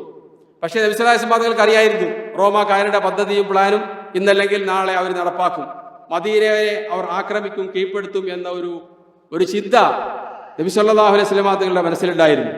നബി സല്ലല്ലാഹു അലൈഹി വസല്ലം തങ്ങൾ ഹജ്ജത്തുൽ വിദാഇന് പോയി തിരിച്ചു വന്നു, രോഗിയാവുകയാണ്. ആ ദിവസങ്ങളിൽ നബി സല്ലല്ലാഹു അലൈഹി വസല്ലം തങ്ങൾ അവസാനമായി ചെയ്ത പ്രവൃത്തിയാണ് ഉസാമത്ത് ബിൻ സെയ്ദ് റളിയല്ലാഹു അൻഹുവിനെ കമാൻഡറായി ഒരു സൈന്യത്തെ തീരുമാനിക്കുകയും അവരോട് ഷാമിന്റെ ഭാഗത്തേക്ക് പോകാൻ വേണ്ടി നിർദ്ദേശിക്കുകയും ചെയ്തിരുന്നു. വളരെ ചെറുപ്രായക്കാരനായിരുന്നു ഉസാമ റളിയല്ലാഹു അൻഹു. അദ്ദേഹം പുറപ്പെട്ട് ജുറുഫ് എന്ന് പറയുന്ന മദീനയിൽ നിന്ന് ഏതാനും കിലോമീറ്റർ ദൂരെയുള്ള സ്ഥലത്ത് എത്തിയപ്പോഴേക്ക് തന്നെ നബി സല്ലല്ലാഹു അലൈഹി വസല്ലം തങ്ങൾ വഫാത്താകുകയും ആ വാർത്ത കേട്ടപ്പോൾ അവർ തിരിച്ച് മദീനയിലേക്ക് വരികയും ചെയ്തു. പിന്നീട് ഖലീഫയായി ബൈഅത്ത് ചെയ്യപ്പെട്ടത് അബൂബക്കർ സിദ്ദീഖ് റളിയല്ലാഹു അൻഹു ആണ്. അപ്പോൾ ഇനി ആദ്യം ഖിലാഫത്തിന് ശേഷം ആദ്യം തീരുമാനം എടുക്കേണ്ടത് ഇവരുടെ കാര്യത്തിലാണ്. ഈ സൈന്യത്തെ പറഞ്ഞയക്കണോ വേണ്ടേ? സഹായിമാരിൽ പ്രമുഖരായ സഹായിമാരൊക്കെ നിർദ്ദേശിച്ചു ഈ സൈന്യത്തെ ഇപ്പോൾ വിടരുത്. കാരണം നബി സല്ലല്ലാഹു അലൈഹി വസല്ലം തങ്ങൾ വഫാത്തായി എന്ന് കേട്ടപ്പോഴേക്ക്, രോഗം മരണത്തിലേക്ക് എത്തുമെന്ന് ഉറപ്പായപ്പോഴേക്ക് തന്നെ പല പ്രദേശങ്ങളിലും കള്ളപ്രവാചകന്മാർ ഉദയം ചെയ്തിട്ടുണ്ട്. പല അറബി ഗോത്രക്കാരും മുർത്തദ്ദാണെന്ന് പ്രഖ്യാപിച്ചു, ഞങ്ങൾ ഇസ്ലാമിൽ നിന്ന് ഒഴിവായിട്ടുണ്ട്. ചില ആളുകൾ ഞങ്ങൾ സക്കാത്ത് കൊടുക്കൂല എന്ന് പ്രഖ്യാപിച്ചിട്ടുണ്ട്. അങ്ങനെ ഇസ്ലാമിക പ്രദേശങ്ങളൊക്കെ ആകെ അലങ്കോലപ്പെട്ട് കിടക്കുന്ന അവസ്ഥയാണ്. ആ സമയത്ത് കരുത്തരായ സഹാബിമാരെ ഇപ്പൊ ഷാമിലേക്ക് യുദ്ധത്തിന് പറഞ്ഞയച്ചാൽ ഇവിടെ കാര്യങ്ങളൊന്നും നോക്കാൻ ആളുകൾ ഉണ്ടാവില്ല എന്ന് പ്രമുഖരായ സഹാബിമാർ ഉമർ ഇബ്നുൽ ഖത്താബ് ഉൾപ്പെടെയുള്ള എല്ലാ സമയത്തും ഏറ്റവും ശരിയായ നിർദ്ദേശം പറഞ്ഞിരുന്ന വ്യക്തിയാണ്. പരിശുദ്ധ ഖുർആൻ പോലും അദ്ദേഹത്തിന്റെ നിർദ്ദേശത്തിന് ശരിവെച്ചുകൊണ്ട് ഖുർആനിൽ ആയത്തിറക്കിയിട്ടുണ്ട്. അങ്ങനെയുള്ള അദ്ദേഹം വരെ നിർദ്ദേശിച്ചത് അവരെ പറഞ്ഞയക്കാൻ പാടില്ല എന്നാണ്. പക്ഷേ അബൂബക്കർ സിദ്ദീഖിന്റെ മറുപടി എന്തായിരുന്നു? നബി സല്ലല്ലാഹു അലൈഹി വസല്ലം തങ്ങൾ കെട്ടിയ കൊടി ഞാൻ അഴിക്കുന്ന പ്രശ്നമില്ല. മദീനയിലെ വീടുകളിൽ നബി സല്ലല്ലാഹു അലൈഹി വസല്ലം തങ്ങളുടെ ഭാര്യമാരെ വന്യജീവികൾ വന്ന് കടിച്ചു കൊണ്ടുപോയാൽ പോലും നബി സല്ലല്ലാഹു അലൈഹി വസല്ലം തങ്ങൾ പറഞ്ഞയക്കാൻ വേണ്ടി തീരുമാനിച്ച ഒരു സൈന്യത്തെ ഞാൻ മടക്കി വിളിക്കുകയില്ല എന്ന് പറഞ്ഞുകൊണ്ട് ഉസാമയെ പറഞ്ഞയച്ചു. അവിടെ നിന്ന് ഉമർ ഇബ്നുൽ ഖത്താബ് റളിയല്ലാഹു അൻഹുവിനെ മാത്രം ഉസാമയോട് സംസാരിച്ച് അവിടെ നിൽക്കാൻ വേണ്ടി കൂടിയാലോചകൻ എന്ന നിലയിൽ തിരിച്ചു വാങ്ങി. ബാക്കിയുള്ള സഹായിമാർ പോയി. നബി സല്ലല്ലാഹു അലൈഹി വസല്ലം തങ്ങൾ ഉസാമയോട് ചില കാര്യങ്ങൾ പറഞ്ഞിരുന്നു. ഒരു പക്ഷേ ഇസ്ലാമിക ചരിത്രത്തിൽ നമ്മളൊന്നും എന്തിനാ അവർ പോയതെന്ന് മനസ്സിലാക്കാറില്ല. ഇങ്ങനെ ഒരു ഉസാമ എങ്ങോട്ടോ പോയിരുന്നു എന്ന ചരിത്രം എല്ലാവർക്കും അറിയുകയും ചെയ്യാം. യഥാർത്ഥത്തിൽ അദ്ദേഹം പോയിരുന്നത് അദ്ദേഹത്തിന്റെ പിതാവിനെ കൊന്ന ഘാതകരെ കൊല്ലാൻ വേണ്ടിയാണ്. അദ്ദേഹത്തിന്റെ പിതാവ് സെയ്ദ് ബിൻ ഹാരിസ റളിയല്ലാഹു അൻഹുവിനെയാണ് ആദ്യമായി മുഅ്ത യുദ്ധത്തിൽ വെച്ച് ശത്രുക്കൾ കൊന്നത്. അങ്ങനെ അദ്ദേഹം പോയി ആ പടനീക്കം വിജയിക്കുകയും ആ വ്യക്തികളെ തന്നെ അദ്ദേഹം കൊല്ലുകയും ചെയ്തു എന്നാണ് ചരിത്ര ഗ്രന്ഥങ്ങളിൽ നമുക്ക് വായിക്കാൻ പറ്റുന്നത്. അങ്ങനെ വിജയശ്രീലാളിതരായി അവർ തിരിച്ചെത്തി. ഈ വാർത്ത കേട്ടതോടുകൂടി നബി സല്ലല്ലാഹു അലൈഹി വസല്ലം തങ്ങളുടെ കാലത്ത് തന്നെ തയ്യാറായി നിന്നിരുന്ന റോമക്കാർക്ക് ഭയമായി. മുഹമ്മദിന്റെ മരണശേഷം ഇപ്പോൾ അനുയായികൾ കൂടുതൽ ശക്തരായി ജിഹാദിന് വേണ്ടി ഇറങ്ങും എന്ന ഭയത്താൽ അവരുടെ പ്ലാൻ അവർ തൽക്കാലം മാറ്റിവെച്ചു. അബൂബക്കർ സിദ്ദീഖ് ഖിലാഫത്ത് ഏറ്റെടുത്തു. മാസങ്ങൾ കഴിയാണ്. പക്ഷെ അദ്ദേഹത്തിന് നബി സല്ലല്ലാഹു അലൈഹി വസല്ലം തങ്ങളുടെ കൂടെ ജീവിച്ചും നബി സല്ലല്ലാഹു അലൈഹി വസല്ലം തങ്ങളുടെ കാര്യങ്ങളൊക്കെ മുശാവറ നടത്തിയൊക്കെ പരിചയം ഉണ്ടായതുകൊണ്ട് തന്നെ ഈ റോമിന്റെ കാര്യം അദ്ദേഹത്തിന് നല്ല ഭയം ഉണ്ടായിരുന്നു. അദ്ദേഹം അങ്ങോട്ട് Khalid bin Saeed bin Aas എന്ന് പറയുന്ന സഹാബിയെ പറഞ്ഞയച്ചു. അവിടെ എന്താണ് നടക്കുന്നതെന്ന് അറിയാൻ വേണ്ടി. അദ്ദേഹം അവിടെ ചെല്ലുമ്പോൾ കാണുന്നത് അവർ വീണ്ടും വലിയ സൈന്യവുമായി റോമ രാജാവ് ഹെർക്കുലീസ് ചക്രവർത്തി ഇസ്ലാമിക രാജ്യത്തെ ആക്രമിക്കാൻ വേണ്ടി തയ്യാറെടുക്കുന്ന വാർത്തയാണ്. അദ്ദേഹം ഉടനെ മദീനയിലെത്തിയ കാര്യങ്ങൾ ഖലീഫയെ ധരിപ്പിച്ചു. ഉടനെ അബൂബക്കർ സിദ്ദീഖ് റളിയല്ലാഹു അൻഹു 4 കമാൻഡർമാരെ ഷാമിലേക്ക് പറഞ്ഞേക്കാൻ. യസീദ് ബിൻ അബി സുഫിയാൻ, അതേപോലെ അബൂ ഉബൈദ് അൽ ജറാഹ്, അംർ ബിൻ ആസ്, ശുറഹ്ബീൽ ബിൻ ഹസന, ഈ 4 കമാൻഡർമാരുടെ നേതൃത്വത്തിൽ 3000-ഓളം വരുന്ന സൈന്യങ്ങളെ ഷാമിലെ ഓരോ പ്രദേശങ്ങളിലേക്കും പറഞ്ഞേക്കുകയും അവരവിടെ ചെല്ലുകയും ചെയ്തു. അങ്ങനെ പല പ്രദേശങ്ങളും അവർ കീഴടക്കുകയും പിന്നെ സന്ധിയിലൂടെ അല്ലാതെയൊക്കെ അവർ മുന്നേറുകയും ചെയ്തു. പക്ഷേ വലിയൊരു സൈന്യം അവരെ നേരിടാൻ വേണ്ടി യൂറോപ്പിൽ നിന്നുൾപ്പെടെ അവർ ഒരുങ്ങുന്നുവെന്ന് കേട്ടു.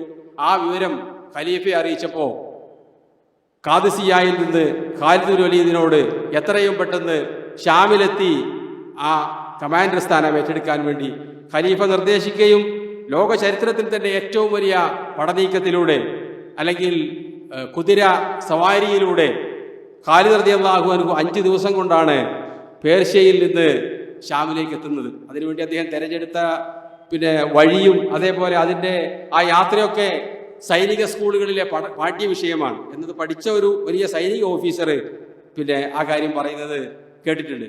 അപ്പൊ അത്രയും പ്രധാനപ്പെട്ട ഒരു നയതന്ത്രജ്ഞൻ കൂടിയായിരുന്നു, അല്ലെങ്കിൽ സൈനിക വിദഗ്ധനായിരുന്നു ഖാലിദ് റളിയല്ലാഹു അൻഹു എന്ന് മനസ്സിലാക്കാൻ പറ്റും. അദ്ദേഹം അവിടെ എത്തി. പിന്നെ ഷാമില് റോമാക്കാരുമായി ഏറ്റുമുട്ടലുകൾ ആരംഭിക്കാൻ. ഞാൻ ഈ കഥ ഈ ചരിത്രം നിങ്ങളുടെ മുന്നിലേക്ക് വെച്ചത് പല ആളുകളുടെയും മനസ്സിലിപ്പുള്ളത് മുസ്ലിമീങ്ങൾ പോയി ഓരോ നാട് കീഴടക്കും, അവര് മുസ്ലിങ്ങളുടെ പേര് കീഴടക്കും, അല്ലെങ്കിൽ മുസ്ലിങ്ങളെ മുജാഹിദികളായി പോയി കീഴടക്കും. അങ്ങനെ കീഴടക്കിയ പ്രദേശങ്ങളെ പിന്നീട് തിരിച്ചു പിടിച്ച് അവർ വരുമ്പോൾ പിന്നെ നമ്മൾ മാറിക്കൊടുക്കണ്ടേ എന്ന ചിന്താഗതി പ്രചരിക്കുന്നതിനുള്ള മറുമരുന്നായിട്ടാണ് മുസ്ലിം. അദ്ദേഹം അവിടെ എത്തിച്ചേർന്നു, സൈനിക നേതൃത്വം ഏറ്റെടുത്തു, യുദ്ധം ആരംഭിക്കുകയാണ്. ആ സമയത്താണ് അബൂബക്കർ സിദ്ദീഖ് റളിയല്ലാഹു അൻഹു വഫാത്താകുന്നത്. ഉമർ ബിൻ ഖത്താബ് റളിയല്ലാഹു അൻഹു ഖിലാഫത്ത് ഏറ്റെടുത്തു. അദ്ദേഹം ഖിലാഫത്ത് ഏറ്റെടുത്ത ആദ്യം ചെയ്ത പ്രവർത്തികളിൽ ഒന്ന് ഷാമിൽ യുദ്ധമുഖത്ത് നിൽക്കുന്ന ഖാലിദ് ബിൻ വലീദ് റളിയല്ലാഹു അൻഹുവിനെ സൈനിക കമാൻഡർ സ്ഥാനത്തിൽ നിന്ന് മാറ്റി അവിടെ തന്നെ ഉണ്ടായിരുന്ന അബൂ ഉബൈദ് അൽ ജറാഹ് റളിയല്ലാഹു അൻഹുവിനെ നിശ്ചയിക്കുകയാണ്.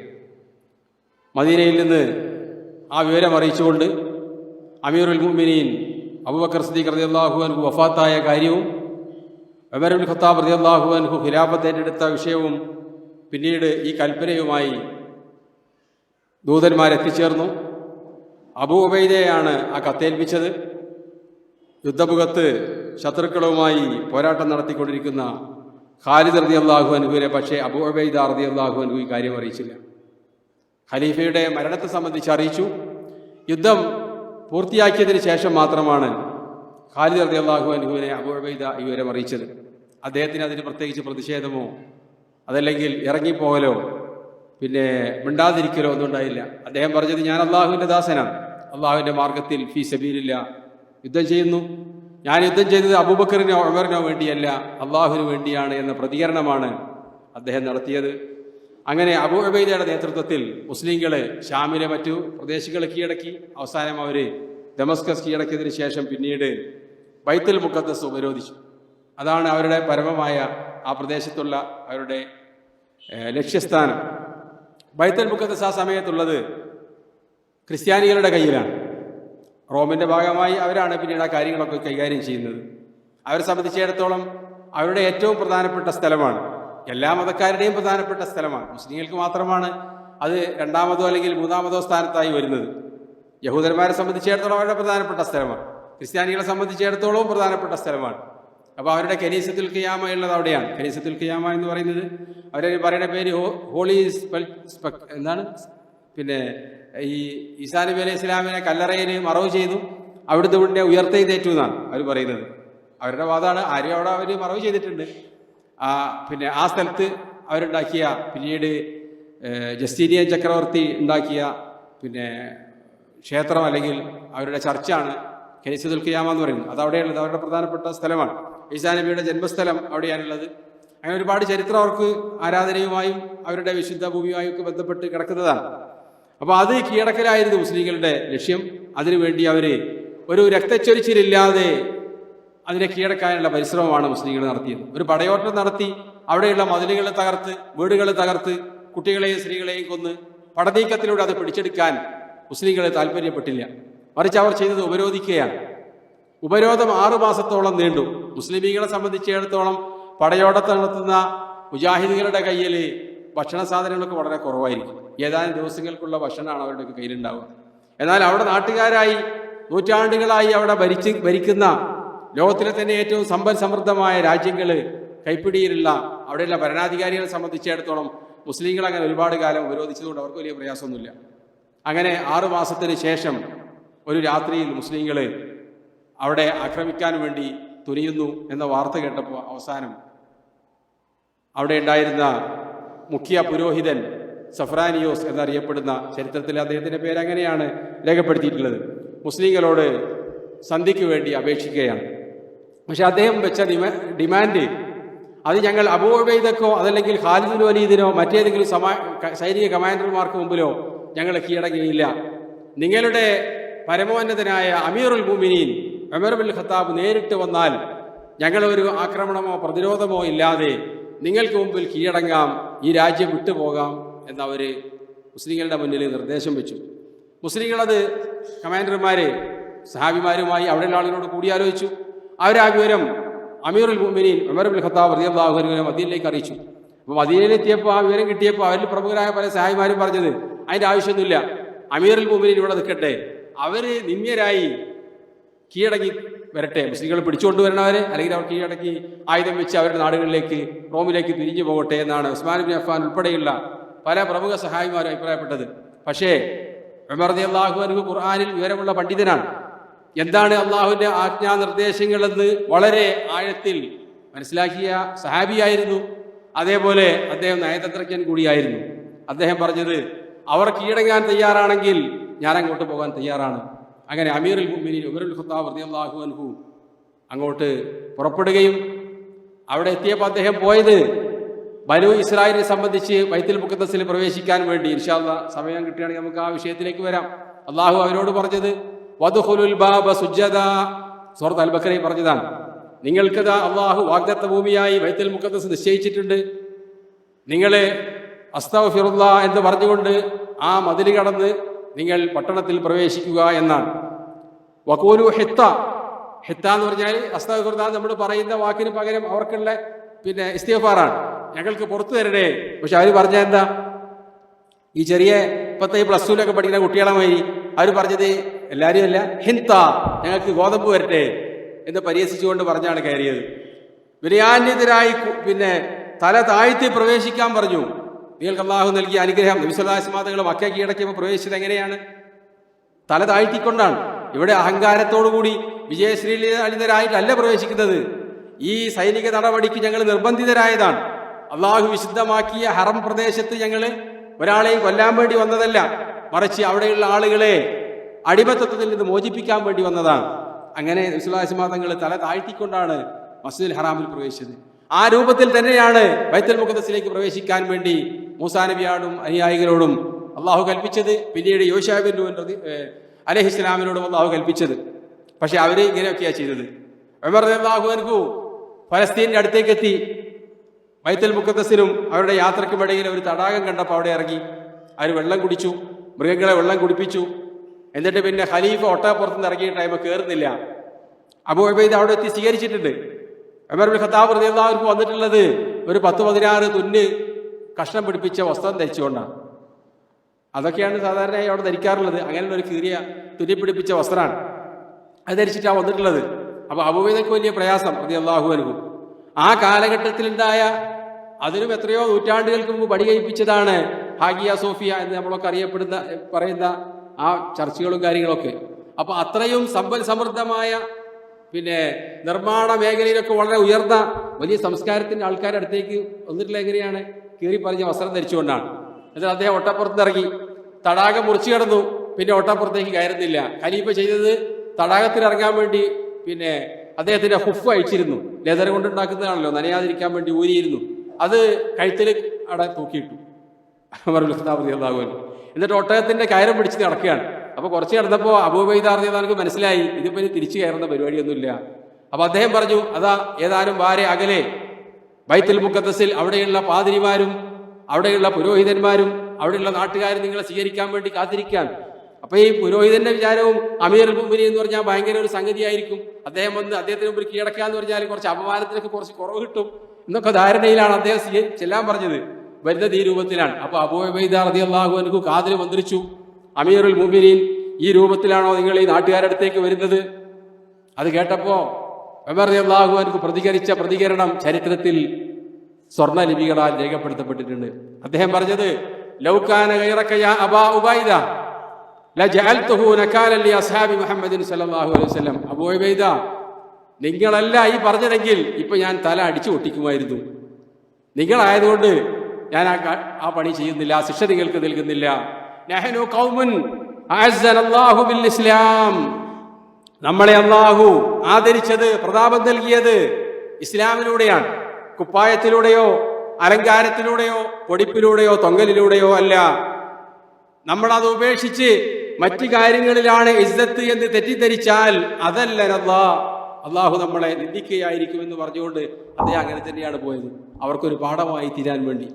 അവർ നടപ്പാക്കാത്ത കാര്യം ഉമറുൽ ഖത്താബ് റളിയല്ലാഹു അൻഹു വിനയാന്വിതരായി അവിടെ പ്രവേശിച്ചു.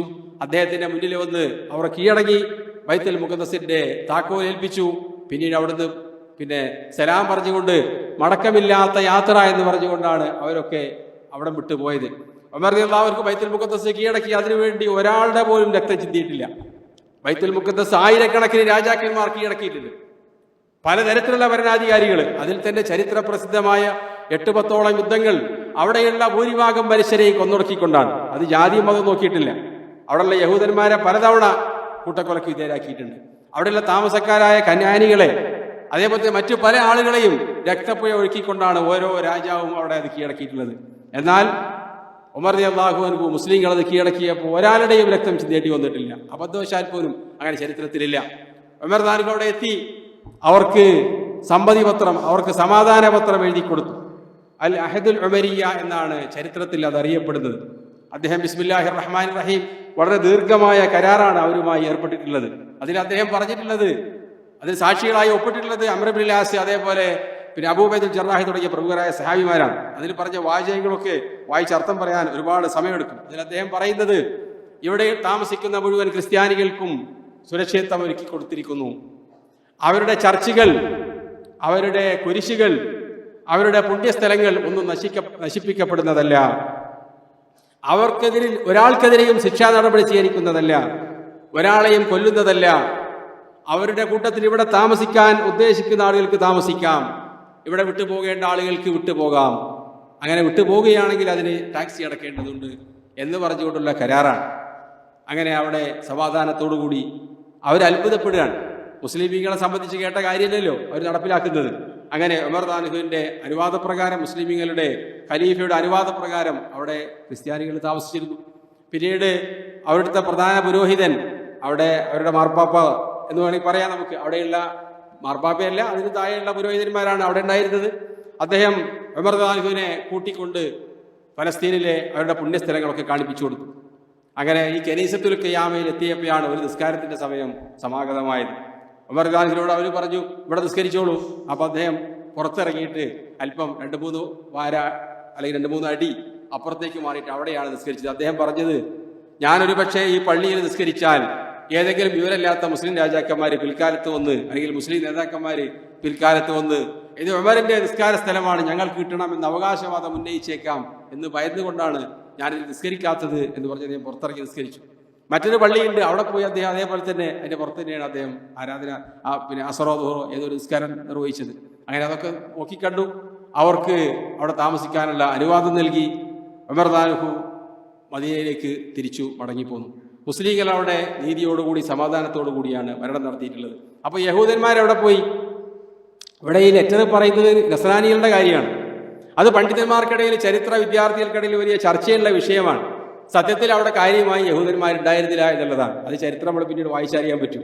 ഓരോ തവണയും അവിടെ കൂട്ടത്തോടുകൂടി പിടിച്ചുകൊണ്ടുപോവാണ്, കൊന്നൊടുക്കുക, ബാക്കിയുള്ള ആളുകൾ അടിമകളാക്കി വെക്കുക. പിന്നെ രക്ഷപ്പെട്ട എവിടെയെങ്കിലുമൊക്കെ മാത്രമേ യഹൂദന്മാരെ അവിടെ ഉണ്ടായിരുന്നുള്ളൂ. അതുകൊണ്ട് പ്രത്യേകിച്ച് അവരുടെ കാര്യം പറയേണ്ടിയിരുന്നില്ല എന്നതാണ് അത് ശരിയായ അതിന്റെ വീക്ഷണം. ചില റിപ്പോർട്ടുകളിൽ കാണുന്നത് യഹൂദന്മാർ ഇവിടെ താമസിക്കാൻ പാടില്ല എന്ന് കരാറിൽ ഉമർ താനുഹു പറഞ്ഞിട്ടുണ്ട് എന്നാണ്. ഇത് ശരിയല്ല.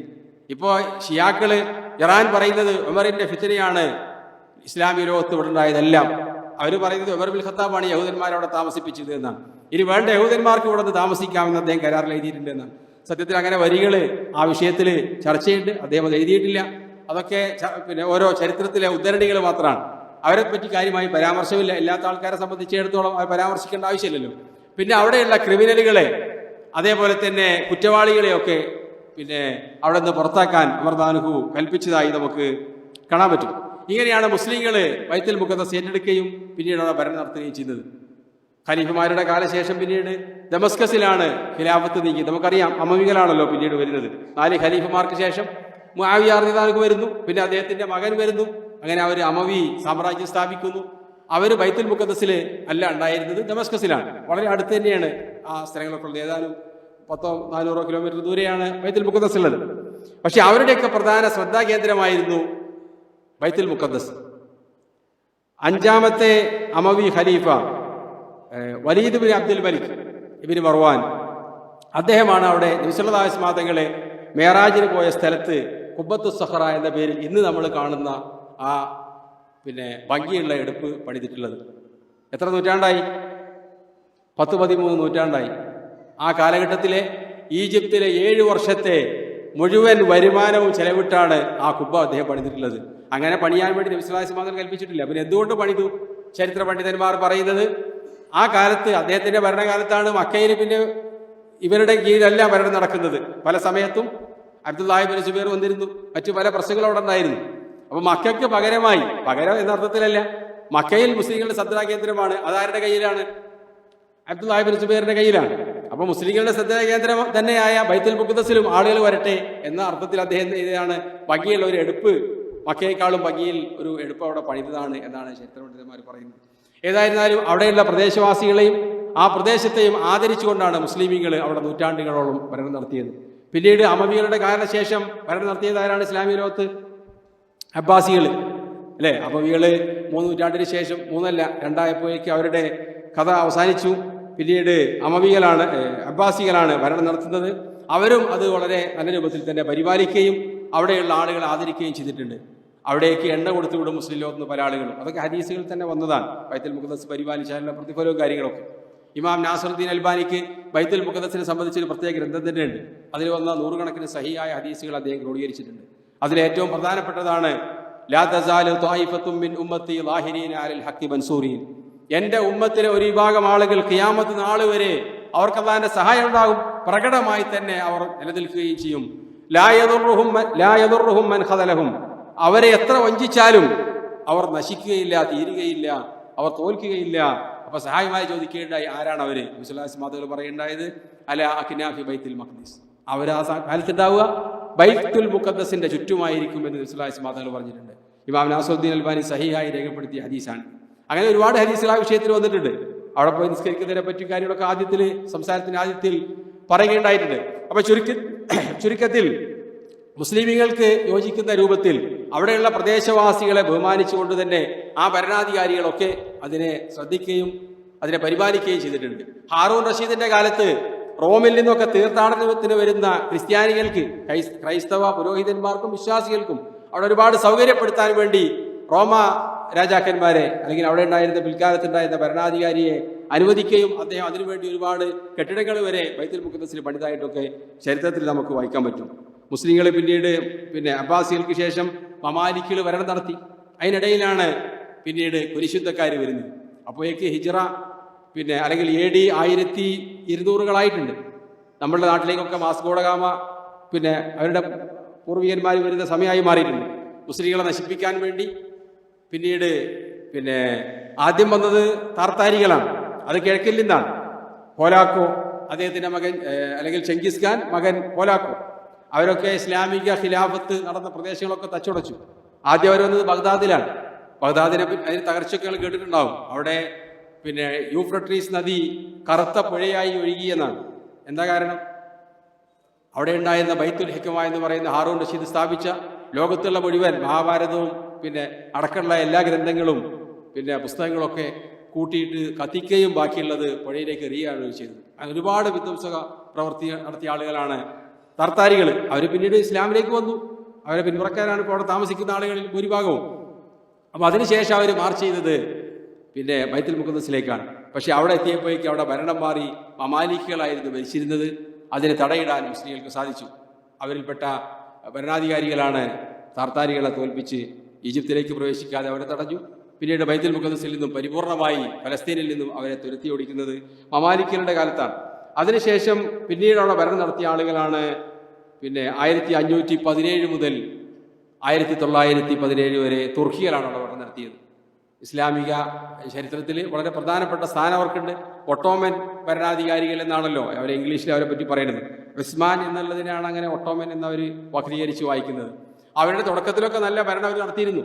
നബി സല്ലല്ലാഹു അലൈഹി വസല്ലം തങ്ങളുടെ സന്തോഷ വാർത്തയുണ്ട്, സഹിയായ ഹദീസിൽ കാണാൻ പറ്റും. സഹാബിമാർ നബി സല്ലല്ലാഹു അലൈഹി വസല്ലം തങ്ങളുടെ യാത്രയിലായിരുന്നു. അപ്പോൾ അവർ വിശ്രമിക്കാൻ വേണ്ടി ഒരു സ്ഥലത്തിരുന്നു. പല സഹാബിമാരും അമ്പും വില്ലൊക്കെ നേരാക്കുന്നുണ്ട്. ചില ആളുകൾ വെള്ളം കുടിക്കാൻ വേണ്ടി അവർ പലതരത്തിൽ യാത്രാ സംഘങ്ങൾ ഇത് കാര്യങ്ങളൊക്കെ ചെയ്തുകൊണ്ടിരിക്കുകയാണ്. അപ്പോൾ നബി സല്ലല്ലാഹു അലൈഹി വസല്ലം തങ്ങൾ പറഞ്ഞു, നബി സല്ലല്ലാഹു അലൈഹി വസല്ലം തങ്ങളോട് സഹായിമാർ ചോദിച്ചു, അയ്യുൽ മദീനത്തൈനി തുഫ്തഹു അവ്വല, അള്ളാഹുവിന്റെ റസൂലെ, റോമും പേർഷ്യയൊക്കെ കീഴടക്കുന്ന കാര്യങ്ങൾ നിങ്ങൾ പലപ്പോഴും പറഞ്ഞിട്ടുണ്ടല്ലോ. മുസ്ലിങ്ങൾ ഏത് മദീന, ഏത് പട്ടണമായിരിക്കും ആദ്യം കീഴ്പ്പെടുത്തുക? കുസ്തന്തീനിയത്ത് അം റോമ, റോമായിരിക്കുമോ? ഇറ്റലിയുടെ തലസ്ഥാനമായ റോം, പാതിരി മാർപ്പാപ്പുള്ളത് അവിടെയാണ്. റോമാണോ മുസ്ലിങ്ങൾ കീഴടക്കുക, അതല്ല കോൺസ്റ്റാന്റിനോപ്പിളാണോ? കാരണം ആ സമയമാകുമ്പോഴേക്ക് ഈ റോമാ സാമ്രാജ്യം, കിഴക്കൻ റോമാ സാമ്രാജ്യവും പടിഞ്ഞാറൻ റോമാ സാമ്രാജ്യവുമായി ഭരണം നടത്തുകയാണ്. കിഴക്കൻ റോമാ സാമ്രാജ്യമേ അന്ന് പിന്നെ നിലവിലുള്ളൂ. അപ്പോൾ കോൺസ്റ്റാന്റിനോപ്പിളാണോ? ജസ്റ്റീനിയൻ ചക്രവർത്തി അവിടെയാണുള്ളത്, ഹെർക്കുലീസ് അവിടെയാണ് ഉണ്ടായിരുന്നത്. അപ്പോൾ ഹെർക്കുലീസിന്റെ നഗരമായ കോൺസ്റ്റാന്റിനോപ്പിളാണോ അതല്ല റോമാണോ മുസ്ലിങ്ങളെ കീഴടക്കുക? നബി സല്ലല്ലാഹു അലൈഹി വസല്ലം തങ്ങൾ പറഞ്ഞു, കുസ്തന്തീനിയ, ആദ്യം മുസ്ലിങ്ങളെ കീഴടക്കുക കോൺസ്റ്റാന്റിനോപ്പിളാണ്. മുസ്ലിങ്ങൾ അത് കീഴടക്കിയത് 1500കളിലാണ്. തുർക്കികളാണ് അതിനെ കീഴടക്കിയത്. നബി സല്ലല്ലാഹു അലൈഹി വസല്ലം തങ്ങൾ പറഞ്ഞത്, നിഅമൽ അമീറു അമീറുഹ വ നിഅമൽ ജയ്ഷു ജയ്ഷുഹ, ആ കോൺസ്റ്റാന്റിനോപ്പിൾ കീഴടക്കുന്ന സൈന്യവും അതിന്റെ സൈനിക കമാൻഡറും എത്ര നല്ല ആളുകൾ. നബി സല്ലല്ലാഹു അലൈഹി വസല്ലം തങ്ങൾ സഹിഹായ ഹദീസിൽ പറഞ്ഞു കാണാൻ പറ്റും. അപ്പൊ തുർക്കിയിലൊക്കെയാണ് ആ ഭാഗ്യം ഉണ്ടായത്. അതിനുവേണ്ടി മുആവിയ റളിയല്ലാഹു അൻഹു ഒരുപാട് പരിശ്രമം നടത്തിയിരുന്നു. ഇസ്ലാമിക ചരിത്രത്തിൽ ആദ്യമായി കപ്പൽപ്പട രൂപീകരിച്ചതാരാ? മുആവിയ റളിയല്ലാഹു അൻഹുവാണ്. ഈ വാഗ്ദാനത്തിന് വേണ്ടി ഈ കാര്യം നബി സല്ലല്ലാഹു അലൈഹി വസല്ലം തങ്ങൾ പറഞ്ഞപ്പോ ഉമ്മു ഹറാം ബിൻത് മിൽഹാൻ റളിയല്ലാഹു പറഞ്ഞിട്ടുണ്ട്, ആ കൂട്ടത്തിൽ പോകാൻ എനിക്കും ഭാഗ്യം നൽകണേ. അപ്പൊ നിങ്ങൾ ആ കൂട്ടത്തിൽ ഉണ്ടാവുമെന്ന് പറഞ്ഞു. അവരങ്ങനെ അവിടെ കടൽ കടന്ന് സമുദ്ര യാത്രയിലാണ് മരണപ്പെട്ടത് റളിയല്ലാഹു അൻഹ. അങ്ങനെയുള്ള ഒരുപാട് ചരിത്രങ്ങള് വിശ്വാസിമാതകൾ പറഞ്ഞിട്ടുണ്ട്. അങ്ങനെ തുർക്കികൾക്കാണ് ആ ഭാഗ്യം കിട്ടിയത്. പക്ഷെ ചില പണ്ഡിതന്മാർ പറയുന്നത് ഇനി വീണ്ടും കോൺസ്റ്റാന്റിനോപ്പിൾ പാശ്ചാത്യരെ പിടിച്ചടക്കും. ആ സമയത്ത് അതിനെ കീഴടക്കുന്ന ഭരണാധികാരിക്കും സൈനിക കമാൻഡർക്കുമാണ് നബി സല്ലല്ലാഹു അലൈഹി വസല്ലം തങ്ങളുടെ ആശംസയും പ്രശംസയുള്ളത്. ഈ തുർക്കികൾക്കല്ല എന്നാണ്. അവരെയാണ് പിന്നെ ഫലസ്തീൻ ഒരർത്ഥത്തിൽ അല്ലെങ്കിൽ മറ്റൊരർത്ഥത്തിൽ ഇസ്രായേലിനെ വിറ്റത് അവരുടെ അവസാനത്തെ ആളുകളൊക്കെ ആയപ്പോഴേക്ക്. അപ്പൊ അങ്ങനെയുള്ള ഒരുപാട്, പിന്നീട് അവർക്ക് ഇസ്ലാമിന്റെ ഭരണമല്ല അവർ നടത്തിയത്. പിന്നീട് അവർ നടത്തിയത് ഖബറിന്റെ ഭരണമാണ്. മക്കയിലും മദീനയിൽ പോലും ആ രൂപത്തിൽ അവർക്ക് പുറത്തു പോകേണ്ടി വന്നത് അവിടെ അവർ പഠിപ്പിച്ചത് തുർക്കി ഭാഷയിലാണ്. ഇപ്പോഴും നിങ്ങൾക്ക് ഹജ്ജിനൊക്കെ പോയ ആളുകളുണ്ടെങ്കിൽ അവിടെ പരിശോധിച്ചാൽ അറിയാൻ പറ്റും.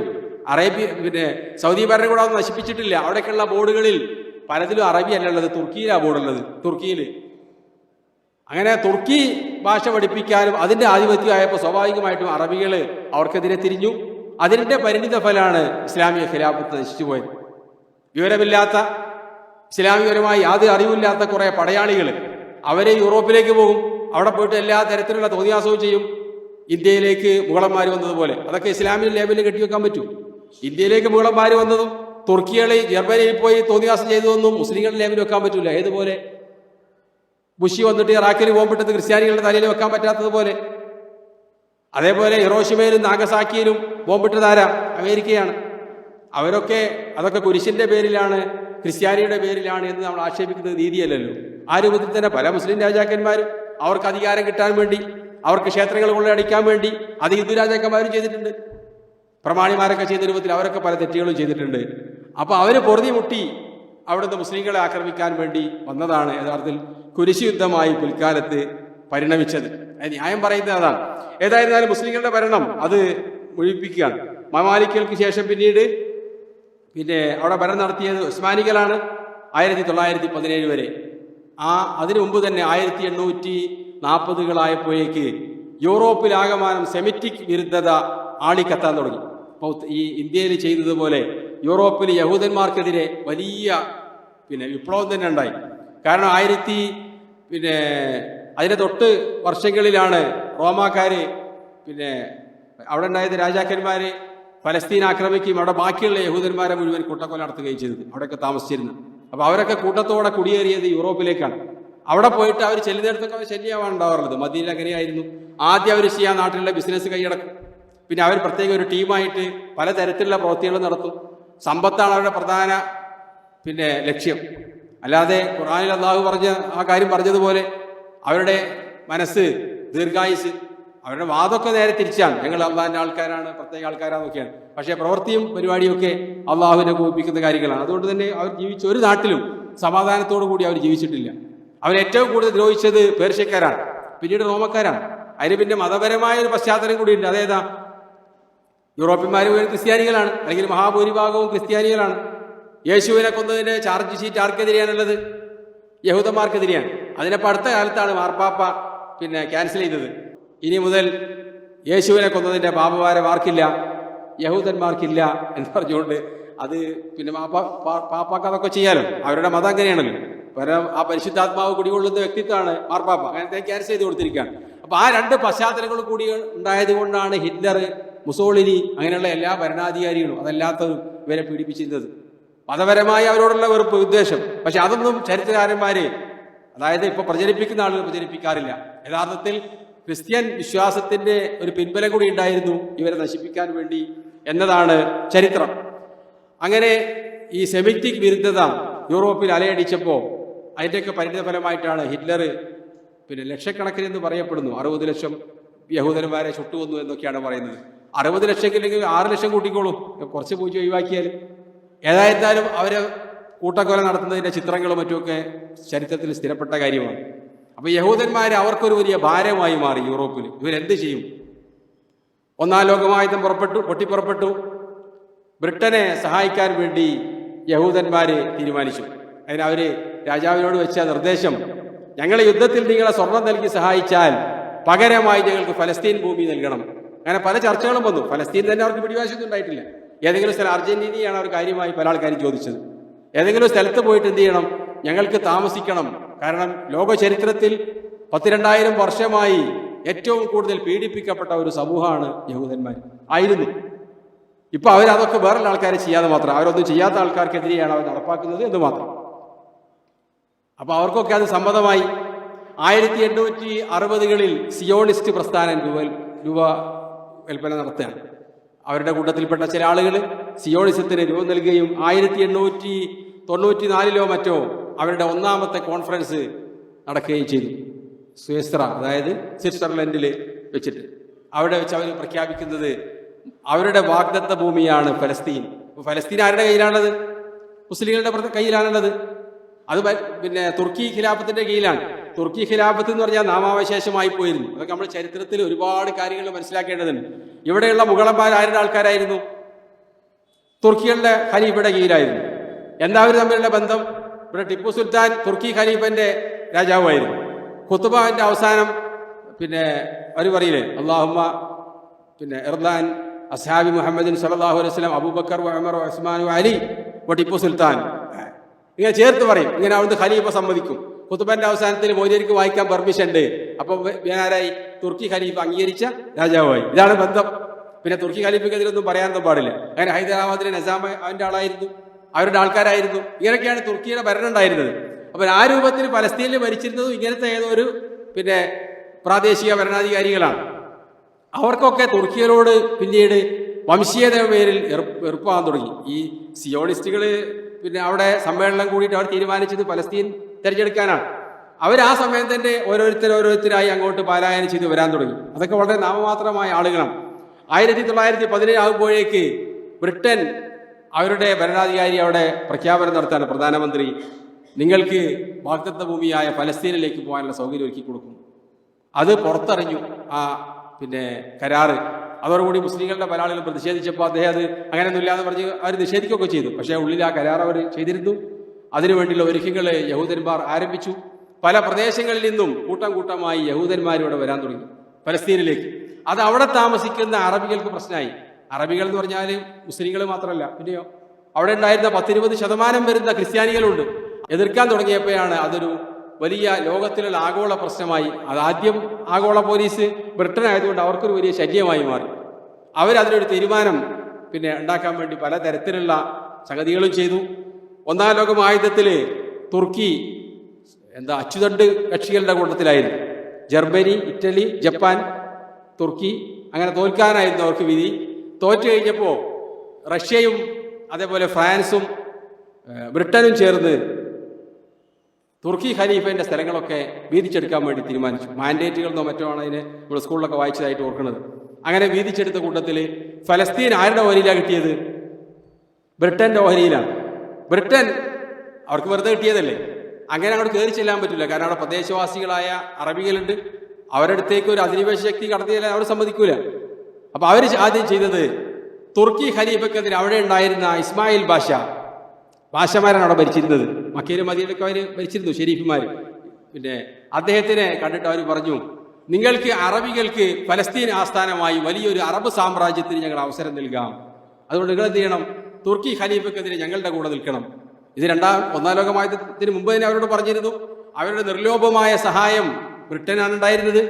ബ്രിട്ടൻ ജയിച്ചു. അവർ കരാർ നടപ്പാക്കിയില്ല, ലംഘിച്ചു. മറിച്ച് അവർ വിറ്റത് ആർക്കാണ്? ഈ ഭൂമി യഹൂദന്മാർക്കാണ്.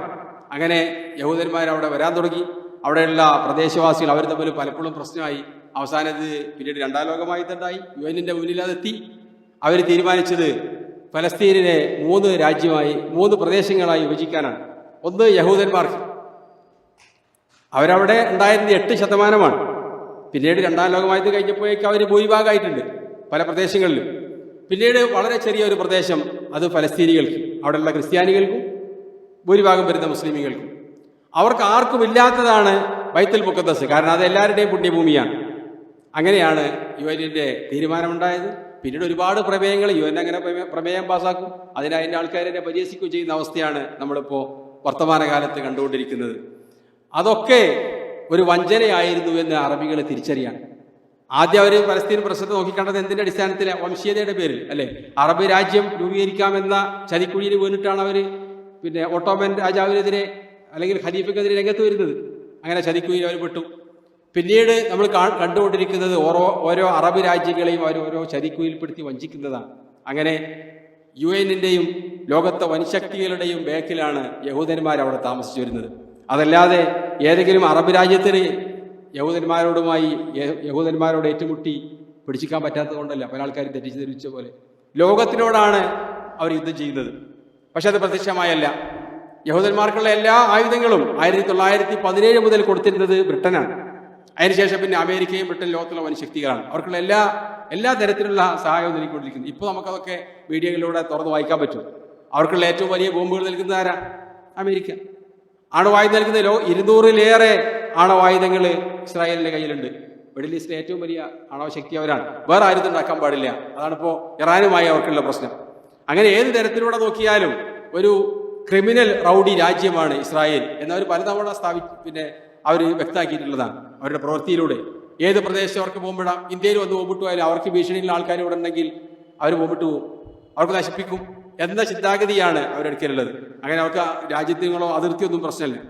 അറബികൾക്ക് ഇത് മനസ്സിലാവാൻ അല്പം വൈകി. കാരണം ഇസ്ലാമിക ലോകം എല്ലാ കാര്യത്തിലും ബേക്കിലേക്ക് പോയതുപോലെ തന്നെ ആ പ്രദേശങ്ങളിൽ ആളുകൾ ചിന്താപരമായി ബേക്കിലായിരുന്നു, ദീനീപരമായ ബേക്കിലായിരുന്നു. കാരണം നേരത്തെ നമ്മൾ പറഞ്ഞ തുർക്കികൾക്ക് അതിന് വലിയ പങ്കുണ്ടായിട്ടുണ്ട്. നമ്മൾ ആരെയും മരിച്ചുപോയ ആൾക്കാരെ ആക്ഷേപിക്കാൻ വേണ്ടി പറയുന്നതല്ല. അവരുടെ ഭരണത്തിന്റെ മോശം ഇസ്ലാമിക ലോകത്ത് ആ കോലത്തിലേക്ക് എത്തിച്ചിരുന്നു. നമ്മളിവിടേക്ക് ഒരു 50 കൊല്ലം 100 കൊല്ലം മുമ്പുള്ള ആൾക്കാരുടെ അവസ്ഥ എന്തായിരുന്നു? ഉടുതുണിക്ക് മറുതു തുണി ഇല്ലാത്ത കുറെ കർഷകർ, കുറെ കുടിയാന്മാർ ഇതേ അവസ്ഥ തന്നെയായിരുന്നു. അവിടെ ലെബനാനിലും അതേപോലെ ഫലസ്തീനിലും ഈജിപ്തിലൊക്കെ ഉള്ള ആളുകൾ പല സുഹൃത്തുക്കളും പറയാറുള്ളത്, പഠനകാലത്ത് പറഞ്ഞു കേട്ടിരുന്നു, അവര് സ്കൂളിൽ പോകണമെങ്കിൽ ക്രിസ്ത്യാനികളെ സ്കൂളിലാണ് പോവുക, എന്നാലേ 2 അക്ഷരം പഠിക്കാൻ പറ്റുള്ളൂ. അപ്പോൾ ഇതൊക്കെ കേട്ടപ്പോൾ ഞാൻ ചോദിച്ചു, നമ്മുടെ നാട്ടിലത്തെ അവസ്ഥ തന്നെ. പഴയ കാലത്ത് എന്തായിരുന്നു? പഠിക്കണമെങ്കിൽ അച്ചായന്മാരുടെ സ്കൂളിൽ പോകണം. ഇപ്പൊ നമ്മൾ സ്കൂളിലാക്കിയപ്പോഴാണ് അവർക്ക് പ്രശ്നമായത്. അതാണല്ലോ ഇപ്പോൾ ഇവിടെ ഉണ്ടായ പ്രശ്നം. ഇതൊക്കെ തന്നെയാണ് അവിടെയൊക്കെ ഉണ്ടായിട്ടുള്ളത്. അപ്പൊ ചുരുക്കത്തിൽ മുസ്ലിമീങ്ങളെ എല്ലാ രൂപത്തിലും ദീനിന്റെ അവസ്ഥയോ അള്ളാഹുവിന്റെ അദാബ് ഇറങ്ങുന്ന ജാറങ്ങളാണ് എല്ലായിടത്തും. അത് ശുദ്ധീകരിച്ചത് സൗദി അറേബ്യയിൽ മാത്രമാണ്. എന്നിട്ട് അവര് ഖലീഫയെ തകർത്തു എന്ന് പറഞ്ഞ് ഇപ്പോഴും പ്രസംഗിച്ചുകൊണ്ട് നടക്കുകയാണ്. ഞങ്ങളുടെ നാട്ടുകാരൊരു കാസിമി ഉണ്ട്, അദ്ദേഹത്തിന്റെ പ്രഭാഷണം ഞാൻ ഇന്നലെ കേട്ടു. അദ്ദേഹം പറഞ്ഞത് ലാ ഇലാഹ ഇല്ലല്ലാഹ്ക്ക് വേണ്ടി നബി സല്ലല്ലാഹു അലൈഹി വസല്ലം ഒരു യുദ്ധം നടത്തിയിട്ടില്ല എന്നാണ്. ലാ ഹൗല വലാ ഖുവത ഇല്ലാ ബില്ലാഹ്. അതൊക്കെ ഇസ്ലാമിക ലോകത്ത് പറ്റിയ തെറ്റാണ്. ആർക്കാ തെറ്റ് പറ്റിയത്? ഒന്ന് റസൂലുള്ളാഹിക്ക്. കാരണം റസൂലിനെയാണല്ലോ അത് ചെയ്തത്. അദ്ദേഹം പറയാം അങ്ങനെ ചെയ്തിട്ടില്ല, എൻ്റെ ആയുധപ്പരപ്പ് ഫുള്ളാണ്, അതിൻ്റെ തെളിവൊക്കെ എൻ്റെ അടുത്തുണ്ട്. അപ്പോൾ അലി റളിയല്ലാഹു അൻഹു ഖൈബർ കീഴടക്കാൻ പോവാണ്. നബി സല്ലല്ലാഹു അലൈഹി വസല്ലം തങ്ങൾ അലിൻ്റെ കയ്യിൽ പതാക കൊടുത്തു റളിയല്ലാഹു അൻഹു. അല്ലേ, ചരിത്രമൊക്കെ ഒരുപാടുണ്ട്. രണ്ടടി അദ്ദേഹം മുന്നോട്ട് പോയി. എന്നിട്ട് അദ്ദേഹം തിരിഞ്ഞു നോക്കിയില്ല. കാരണം റസൂലുള്ളാഹി പറഞ്ഞേക്കാൻ പോയാൽ പിന്നെ പോവാൻ പറഞ്ഞാൽ പിന്നെ തിരിയാൻ പറ്റൂലല്ലോ. അവിടുന്ന് റസൂലുള്ളാഹി കേൾക്കാൻ വേണ്ടി ഉച്ചത്തെ വിളിച്ച് ചോദിച്ചു, ഞാൻ എന്തിനാ യുദ്ധം ചെയ്യണത്? അപ്പൊ എന്താ മറുപടി പറഞ്ഞത്?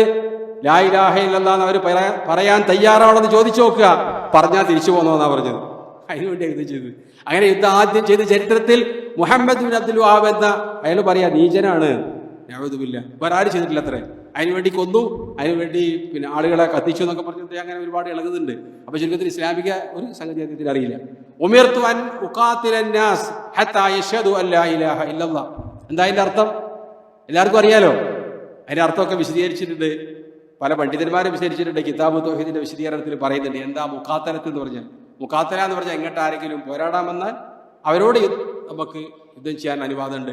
അതാണ് ഇപ്പോൾ ഇവിടെ ഉണ്ടായത്. ബൈത്തുൽ മുഖദ്ദസ് മുസ്ലിങ്ങളെ കീഴടക്കിയത്. ഇവിടെ വന്ന് 5-ാം പത്തി നടത്തിയപ്പോൾ, ഇവിടെ വന്ന് അട്ടിമറി പ്രവർത്തനം നടത്തിയപ്പോൾ, മദീനയിലെ ഇസ്ലാമിക രാജ്യത്തെ തന്നെ അട്ടിമറിക്കാൻ വേണ്ടി പള്ളി വരെ ഉണ്ടാക്കി അവിടെ. അതേതാ? മസ്ജിദുൽ ദിറാർ. ആരാണ്ടാക്കിയത്? അബു ആമിർ റാഹിബ് എന്ന പേരിൽ പ്രസിദ്ധനായ റസൂൽ അദ്ദേഹത്തിന് കൊടുത്ത പേര്, അവർ കൊടുത്ത പേര് അബു ആമിർ അൽ ഫാസിഖ് എന്നാണ്. ഹൻദല റളിയല്ലാഹു അൻഹുവിന്റെ ഉപ്പയാണ്. നബി സല്ലല്ലാഹു അലൈഹി വസല്ലം തങ്ങൾ മദീനയിൽ എത്തിയപ്പോൾ അദ്ദേഹത്തിന് സമാധാനം ഉണ്ടായില്ല. കാരണം അദ്ദേഹത്തിന്റെ ഉമ്മ വെള്ളക്കാരിയായിരുന്നു, യൂറോപ്പുകാരിയാണ്. അവിടെയുള്ള കണക്ഷനിലൂടെ അദ്ദേഹത്തിന് നബി സല്ലല്ലാഹു അലൈഹി വസല്ലം തങ്ങളോട് വലിയ പ്രയാസമായിരുന്നു. അങ്ങനെ എല്ലാ യുദ്ധങ്ങൾക്കും അദ്ദേഹമാണ് കോപ്പ് കൂട്ടാൻ മുന്നിലുണ്ടായിരുന്നത്. നബി സല്ലല്ലാഹു അലൈഹി വസല്ലം തങ്ങൾക്കെതിരെ ഉഹദിലുണ്ടായിരുന്നു. അവൻ കുഴിച്ച കുഴിയിലാണ് നബി സല്ലല്ലാഹു അലൈഹി വസല്ലം തങ്ങളെ വീണ് മുൻപല്ല് പൊട്ടിയത്. റസൂലുള്ളാഹി വീണ സംഭവം അറിയാലോ. അദ്ദേഹത്തിന്റെ ചതിക്കുതിയായിരുന്നു. പിന്നീട് അദ്ദേഹം തായിഫിലേക്ക് പോയി. നബി സല്ലല്ലാഹു അലൈഹി വസല്ലം തങ്ങൾ തായിഫ് യുദ്ധത്തിന് കീഴടക്കിയപ്പോൾ അദ്ദേഹം അവിടുന്ന് ഓടിയിട്ട് റോമിലേക്ക് പോയി. എന്നിട്ട് അവിടുന്ന് ഇങ്ങനെ അദ്ദേഹത്തിന്റെ കൂട്ടുകാർക്ക്, ഔസ് ഗോത്രക്കാരനായിരുന്നു അദ്ദേഹം, ഔസ് ഗോത്രത്തിൽ ആളുകൾക്ക് കത്തെഴുതും, ഞാനിവിടെ റോമിൽ വന്നു, പിന്നെ റോമയിൽ പോയി, അതേപോലെ ബൈത്തുൽ മുഖദ്ദസിൽ വന്നു, ഒരുപാട് കിതാബുകളൊക്കെ പഠിച്ചിട്ടുണ്ട്, ഞാൻ തിരിച്ചങ്ങോട്ട് വരികയാണ്, ഇനി നിങ്ങൾക്ക് ഇൽമു പറഞ്ഞു തരാൻ വേണ്ടി. അതുകൊണ്ട് എന്ത് വേണം? ഒരു പള്ളി ഉണ്ടാക്കണം. എവിടെ ഉണ്ടാക്കേണ്ടത്? നമ്മളുടെ ശക്തി പ്രദേശമായ ഖുബായിൽ. ഓക്കെ, അങ്ങനെ അവരുടെ നിർദ്ദേശപ്രകാരം പിന്നെ റോമ രാജാവിന്റെ സാമ്പത്തിക സഹായം സ്വീകരിച്ചുകൊണ്ടാണ് മസ്ജിദുൽ ദിറാർ അവിടെ പണി കഴിപ്പിക്കുന്നത്. അങ്ങനെ ഉദ്ഘാടനത്തിന് വേണ്ടി വിളിച്ചിട്ടുള്ളത് ആരെയാണ്? നബി സല്ലല്ലാഹു അലൈഹി വസല്ലം തങ്ങളെ. അപ്പോൾ അത് പിന്നെ റസൂലിനെതിരല്ല എന്ന് വരുത്തിരിക്കാൻ വേണ്ടി നബി സല്ലല്ലാഹു അലൈഹി വസല്ലം തങ്ങൾ അങ്ങോട്ട് ചെന്നു. പക്ഷേ അപ്പോഴേക്ക് ജിബ്രീൽ അലൈഹിസ്സലാത്തു വസ്സലാം ആയത്തുമായിട്ട് ഇറങ്ങിയിട്ടുണ്ട്. ലാ തഖും ഫീഹി അബദ, നിങ്ങൾ ആ പള്ളിയിൽ നിസ്കരിച്ചു പോകരുത്. ല മസ്ജിദുൻ ഉസ്സിസ മിൻ അവ്വലി യൗമിൻ അഹഖു അൻ തഖുമ ഫീഹി. ല മസ്ജിദുൻ ഉസ്സിസ അല തഖ്വ, തഖ്വയുടെ അടിസ്ഥാനത്തിൽ ഇസ്ലാമിന്റെ 1-ാം തീയതി മദീനയിൽ സ്ഥാപിച്ച പള്ളിയിലാണ് നിങ്ങൾ നിസ്കരിക്കേണ്ടത് എന്ന് പറഞ്ഞിട്ട് മസ്ജിദുൽ ഖുബായിൽ പോയി നിസ്കരിക്കാൻ പറഞ്ഞു. അള്ളാഹുവിന്റെ വഹീന്റെ അടിസ്ഥാനത്തിൽ നബി സല്ലല്ലാഹു അലൈഹി വസല്ലം തങ്ങൾ ആ പള്ളി കരിച്ച് അതിനവിടെ നശിപ്പിച്ചു കളഞ്ഞു. സാഹിബാട് കരിക്കാൻ പറഞ്ഞു. അപ്പൊ മസ്ജിദ് ദിറാർ എന്നാണ് ചരിത്രത്തിൽ ആ പള്ളി അറിയപ്പെടുന്നത്. ആരുടെ ചെലവ് കിട്ടിയതാ? റോമാക്കാരുടെ ചെലവിൽ.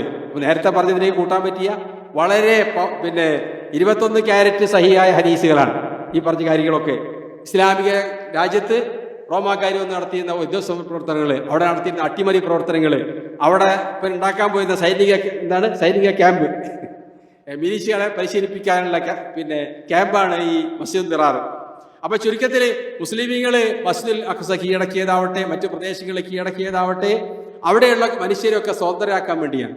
കാരണം രാജാവിന്റെ നിർദ്ദേശമായിരുന്നു ആ കാലത്തൊക്കെ ആൾക്കാരുടെയും നിർദ്ദേശം.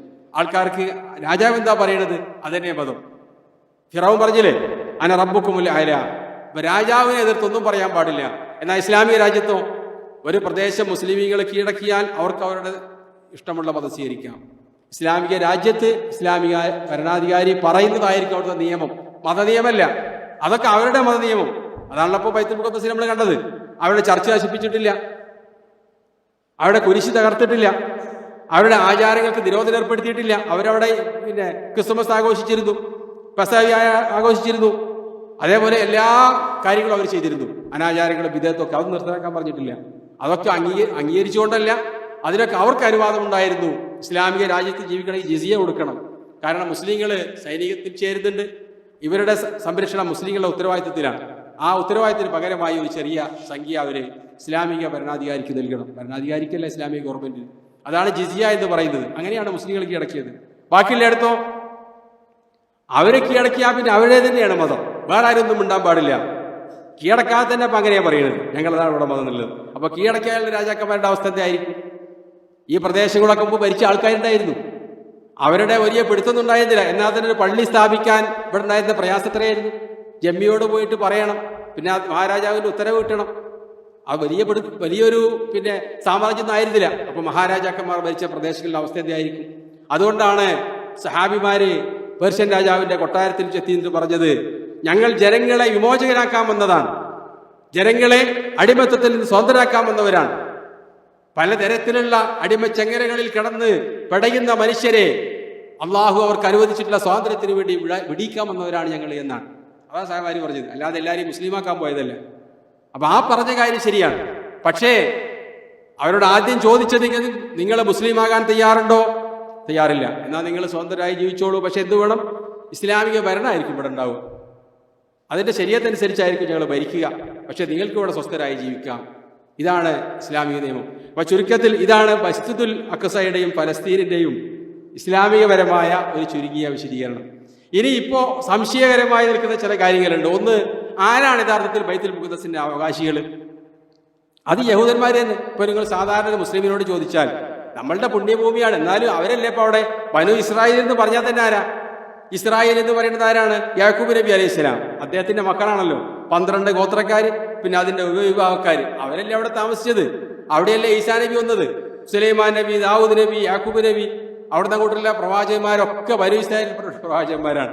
അപ്പൊ അവരാണല്ലോ അവരുടെ വിശുദ്ധവാന്മാർ. അങ്ങനെയല്ല, അള്ളാഹു അവർക്ക് അതിന് അനുവാദം നൽകിയിരുന്നു. വാഗ്ദത്ത ഭൂമിയായി ആ പ്രദേശം കാണിച്ചു കൊടുത്തിരുന്നു, അവിടേക്ക് പോകാൻ പറഞ്ഞിരുന്നു.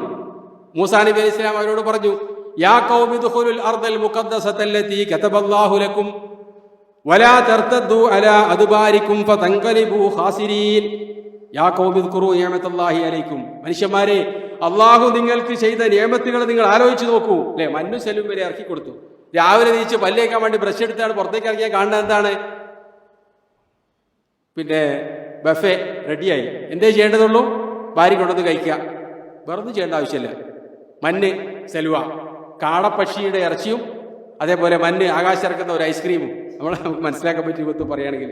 അപ്പൊ അവര് പറഞ്ഞു, ഞങ്ങൾക്ക് പരിപ്പും കടലയും മുതിരയൊക്കെ വരട്ടെ. അപ്പൊ അവരുടെ സ്വഭാവം അങ്ങനെ തന്നെയാണ്. നമുക്ക് അൽബക്കറ സൂറത്ത് വായിച്ചാൽ അറിയാൻ പറ്റുമല്ലോ. അപ്പൊ ചുരുക്കത്തില് മൂസാ നബി അലൈഹി സ്വലാം പറഞ്ഞു, മനുഷ്യരെ നിങ്ങൾ യാതി തോന്നിവാസം പറയരുത്. ഇനി അള്ളാഹു നിങ്ങളോട് കൽപ്പിക്കുന്നത് ഉദ്ഖുലുൽ അർദൽ മുഖദ്ദസതല്ലതി കതബല്ലാഹു ലക്കും. ഞാനിതാ നിങ്ങളെ നയിച്ചു പോകാൻ പോകുന്നത് ബൈത്തുൽ മുഖദ്ദസിലേക്കാണ്. അള്ളാഹു നിങ്ങളോട് അവിടെ താമസിക്കാനാണ് പറഞ്ഞിട്ടുള്ളത്. അപ്പൊ അവരുടെ അവകാശികളായി അവിടെ വരുന്നതിന് മുമ്പ് അവിടെ കുറെ ആൾക്കാരുണ്ട്. അതാരാ? അവര് അറബികളാണ്, കന്യാനികളാണ്. അവര് അറേബ്യയിൽ നിന്ന് പലായനം ചെയ്ത് അവിടെ താമസമാക്കിയ BC 6000-ലോ 7000-ലോ ആദം നബി അലൈഹി സ്വലാം ഭൂമിയിലേക്ക് വന്ന് മനുഷ്യർ ഒരു നാഗരിക സമൂഹമായി രൂപപ്പെട്ട് ആദ്യമായി ഭൂമിയിൽ താമസിച്ച സ്ഥലം ഫലസ്തീനിലെ അരിഹിയ പട്ടണമാണ്. ചരിത്രത്തിൽ സ്ഥിരപ്പെട്ട ചരിത്രപണ്ഡിതന്മാരൊക്കെ അംഗീകരിക്കുന്ന കാര്യമാണ്. എന്നിട്ട് അവിടെ ഒരു നഗരം പണികഴിപ്പിച്ച് അവിടെ താമസിക്കുന്നത് അറബികളാണ്. അവർ അറേബ്യയിൽ നിന്ന് പോയി താമസിച്ച ആൾക്കാരാണ്. അവിടേക്ക് നിങ്ങൾ പോയി താമസിക്കൂ എന്നാണ് ആര് പറഞ്ഞത്? മൂസാ നബി അലൈഹി സ്വലാം. അപ്പൊ അവർ പറഞ്ഞു, അവിടെ അമാലിക്കുകൾ എന്ന് പറയുന്ന ഭീകരന്മാരായ കുറെ ആൾക്കാരുണ്ട്, അവരെല്ലാവരും പുറത്തു പോയാലേ ഞങ്ങൾ അവിടെ താമസിക്കുള്ളൂ. അങ്ങനെ പോയി അവർ എന്ത് ചെയ്തു? ഫതൻഖലിബു ഖാസിരീൻ, നാശക്കാരായി മാറി. അള്ളാഹു അവരെ ശപിക്കുക ചെയ്തത്. പിന്നീട് അവർ പ്രവേശിക്കാൻ വേണ്ടി ശ്രമിച്ചപ്പോൾ അവർക്ക് പോകാൻ പറ്റിയില്ല. ആ കാലഘട്ടത്തിന്റെ പേരാണ് അസറു തീഹ് എന്നാ പറയാ അറബിയിൽ, അലയലിന്റെ കാലം. മൂസാ നബി അലൈഹി സ്വലാം അലയലിലാണ് വഫാത്തായത്. അവർ പിന്നെ എങ്ങോട്ട് പ്രവേശിച്ചാലും മരുഭൂമി, വലത്തേക്ക് പോയാലും ഇടത്തേക്ക് പോയാലും അവർ ആ സീനാ മരുഭൂമി കിടന്ന് കറങ്ങുകയാണ്. അവർക്ക് എന്ത് ചെയ്യാൻ പറ്റുന്നില്ല? ബൈത്തുൽ മുഖദ്ദസിലേക്ക് പോകാൻ പറ്റുന്നില്ല. അതിനുശേഷം പിന്നീട് ഒരു റിപ്പോർട്ട് പ്രകാരം യൂശാ ബിൻ നൂൻ അലൈഹിസ്സലാമാണ് അവരെ രക്ഷിച്ചിട്ട് ബൈത്തുൽ മുഖദ്ദസിലേക്ക് അല്ല പോയത്. അവർ പോയത് ജോർദാനിലേക്കാണ്. ചരിത്രപരമായി സ്ഥിരപ്പെട്ടില്ല അതാണ്. അങ്ങോട്ട് അവർ പോയി അവിടെ താമസിച്ചു. കാരണം അവർക്ക് പിന്നെ വാഗ്ദത്ത ഭൂമി നഷ്ടപ്പെട്ടു. അവരുടെ ദുശ്ചൈതി കാരണം അല്ലാഹു അവരെ ശപിച്ചു. അപ്പൊ പ്രവാചകന്മാരുടെ പിന്മുറക്കാരോ ആ ഭൂമിയുടെ അവകാശികളോ അല്ല ആര്? യഹൂദന്മാര്, അന്നുള്ള യഹൂദന്മാര് തന്നെ. കാരണം അല്ലാഹു അവരെ ലാനത്ത് ചെയ്തു. ഖുർആനിൽ ഡസൻ കണക്കിന് ആയത്തിൽ അല്ലാഹു പറയുന്നത് ഫബിമാ ഖത്ലിഹിം, അവർ പ്രവാചകന്മാരെ കൊന്ന കാരണത്താൽ ലഅന്നാഹും വജഅൽനാ ഖുലൂബിഹിം ഖാസിയ, അവരുടെ ഹൃദയങ്ങളെ അള്ളാഹു കടുത്ത കല്ലുകളെ പോലെ ആക്കി മാറ്റി. എത്ര പ്രവാചകന്മാരാണ് അവർ കൊന്നത്? അവരുടെ തന്നെ നേതാക്കന്മാരായ പ്രവാചകന്മാർ, അവരെ നയിക്കുന്നത് പ്രവാചകന്മാരാണല്ലോ. യഹ്യാ നബി അലൈഹി ഇസ്ലാം അവർ കൊന്നതാണ്, സക്കരിയ നബി അലൈഹി ഇസ്ലാം അവർ കൊന്നതാണ്, ഹെസ്കേൽ അലൈഹി ഇസ്ലാം അവർ കൊന്നതാണ്. അങ്ങനെ ഡസൻ കണക്കിന് പ്രവാചകന്മാരെ അവർ കൊന്നിട്ടുണ്ട്. യഹ്യാ നബി അലൈഹി ഇസ്ലാം ഓടിയിട്ട് മരത്തിന്റെ ഉള്ളിൽ കയറിയപ്പോൾ ആ മരത്തിനെ അടക്കം ഈർന്ന് മുറിക്കുക അവർ ചെയ്തത്. അങ്ങനെയുള്ള ക്രൂരന്മാരാണ്. അങ്ങനെ അമ്പിയാക്കളെ കൊന്ന കാരണത്താൽ അവരല്ലാഹു ശപിച്ചിട്ടുണ്ട്. അവർക്ക് വാഗ്ദത്ത ഭൂമിയല്ല ഉള്ളത്. ഖിയാമത്ത് നാൾ വരെ അവരോട് ഉസ്കുനുൽ അർദ, നിങ്ങളെ ഭൂമിയിൽ പോയി താമസിക്കുക. ഫൈദാ ജാഅ വഅദുൽ ആഖിറ ജിനാ ബികും ലഫീഫാ വലഖദ് കതബ്നാ ഫി സബൂരി മിൻ ബഅദി ദിക്ർ. സബൂറിൽ ഞാൻ അവർക്ക് എഴുതിയത് അന്നൽ അർദ യരിസുഹാ ഇബാദിയ സ്വാലിഹൂൻ, സ്വർഗ്ഗമാവട്ടെ ഭൂമിയാവട്ടെ അത് സാലിഹ്യങ്ങളായ ആളുകൾക്ക് അല്ലാഹു കൊടുക്കും. അന്നൽ അർദ ലില്ലാ യരിസുഹാ മയ്യശാ യുരിസുഹാ മയ്യശാ, ഭൂമി അള്ളാഹിൻ്റെതാണ്, അള്ളാഹു ഉദ്ദേശിക്കുന്നവർക്ക് കൊടുക്കും. അത് ഏതെങ്കിലും മക്കൾക്കോ പിന്നെ മരുമക്കൾക്കോ ആയി അള്ളാഹു രേഖപ്പെടുത്തിയിട്ടില്ല. മൂസാ നബി അലൈഹി ഇസ്ലാമിന്റെ അനുയായികളോട് അങ്ങോട്ട് പോകാൻ പറഞ്ഞു, അവർ കടന്നില്ല, അത് തീർന്നു. ഇനി ഖിയാമത്ത് നാൾ വരെ അതില്ല. അതങ്ങനെ പഴയ നിയമത്തിൽ എഴുതിയിട്ടുണ്ട്, പുതിയ നിയമത്തിൽ എഴുതിയിട്ടുണ്ട് പറഞ്ഞാൽ ആരും വരേണ്ട ആവശ്യമില്ല. അങ്ങനെയാണെങ്കിൽ അവിടുത്തെ താമസക്കാരാരാ? ആദ്യത്തെ താമസക്കാര് അറബികളാണ്.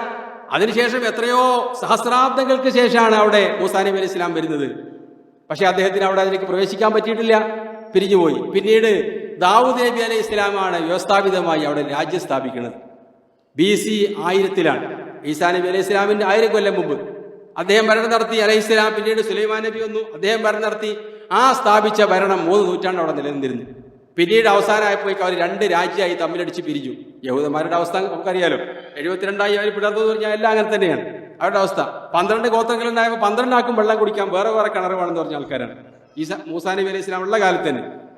അങ്ങനെ അവര് 2 രാജ്യമായി പിളർന്ന സമയത്ത് തന്ത്രപൂർവം അസീറിയന്മാർ, ഒന്ന് ഇസ്രായേൽ രാജ്യത്തിന്റെ പേര്, മറ്റൊന്ന് യഹൂദ. യഹൂദ എന്ന് പറഞ്ഞാൽ തെക്ക് ഭാഗത്ത്, ഇസ്രായേൽ എന്ന് പറഞ്ഞാൽ വടക്ക് ഭാഗത്ത്. വടക്ക് ഭാഗത്താണ് ലെബനാനൊക്കെ ഉള്ളത്, തെക്ക് ഭാഗത്താണ് ഈജിപ്ത് പടിഞ്ഞാറ് ഭാഗത്തൊക്കെ ഉള്ളത്.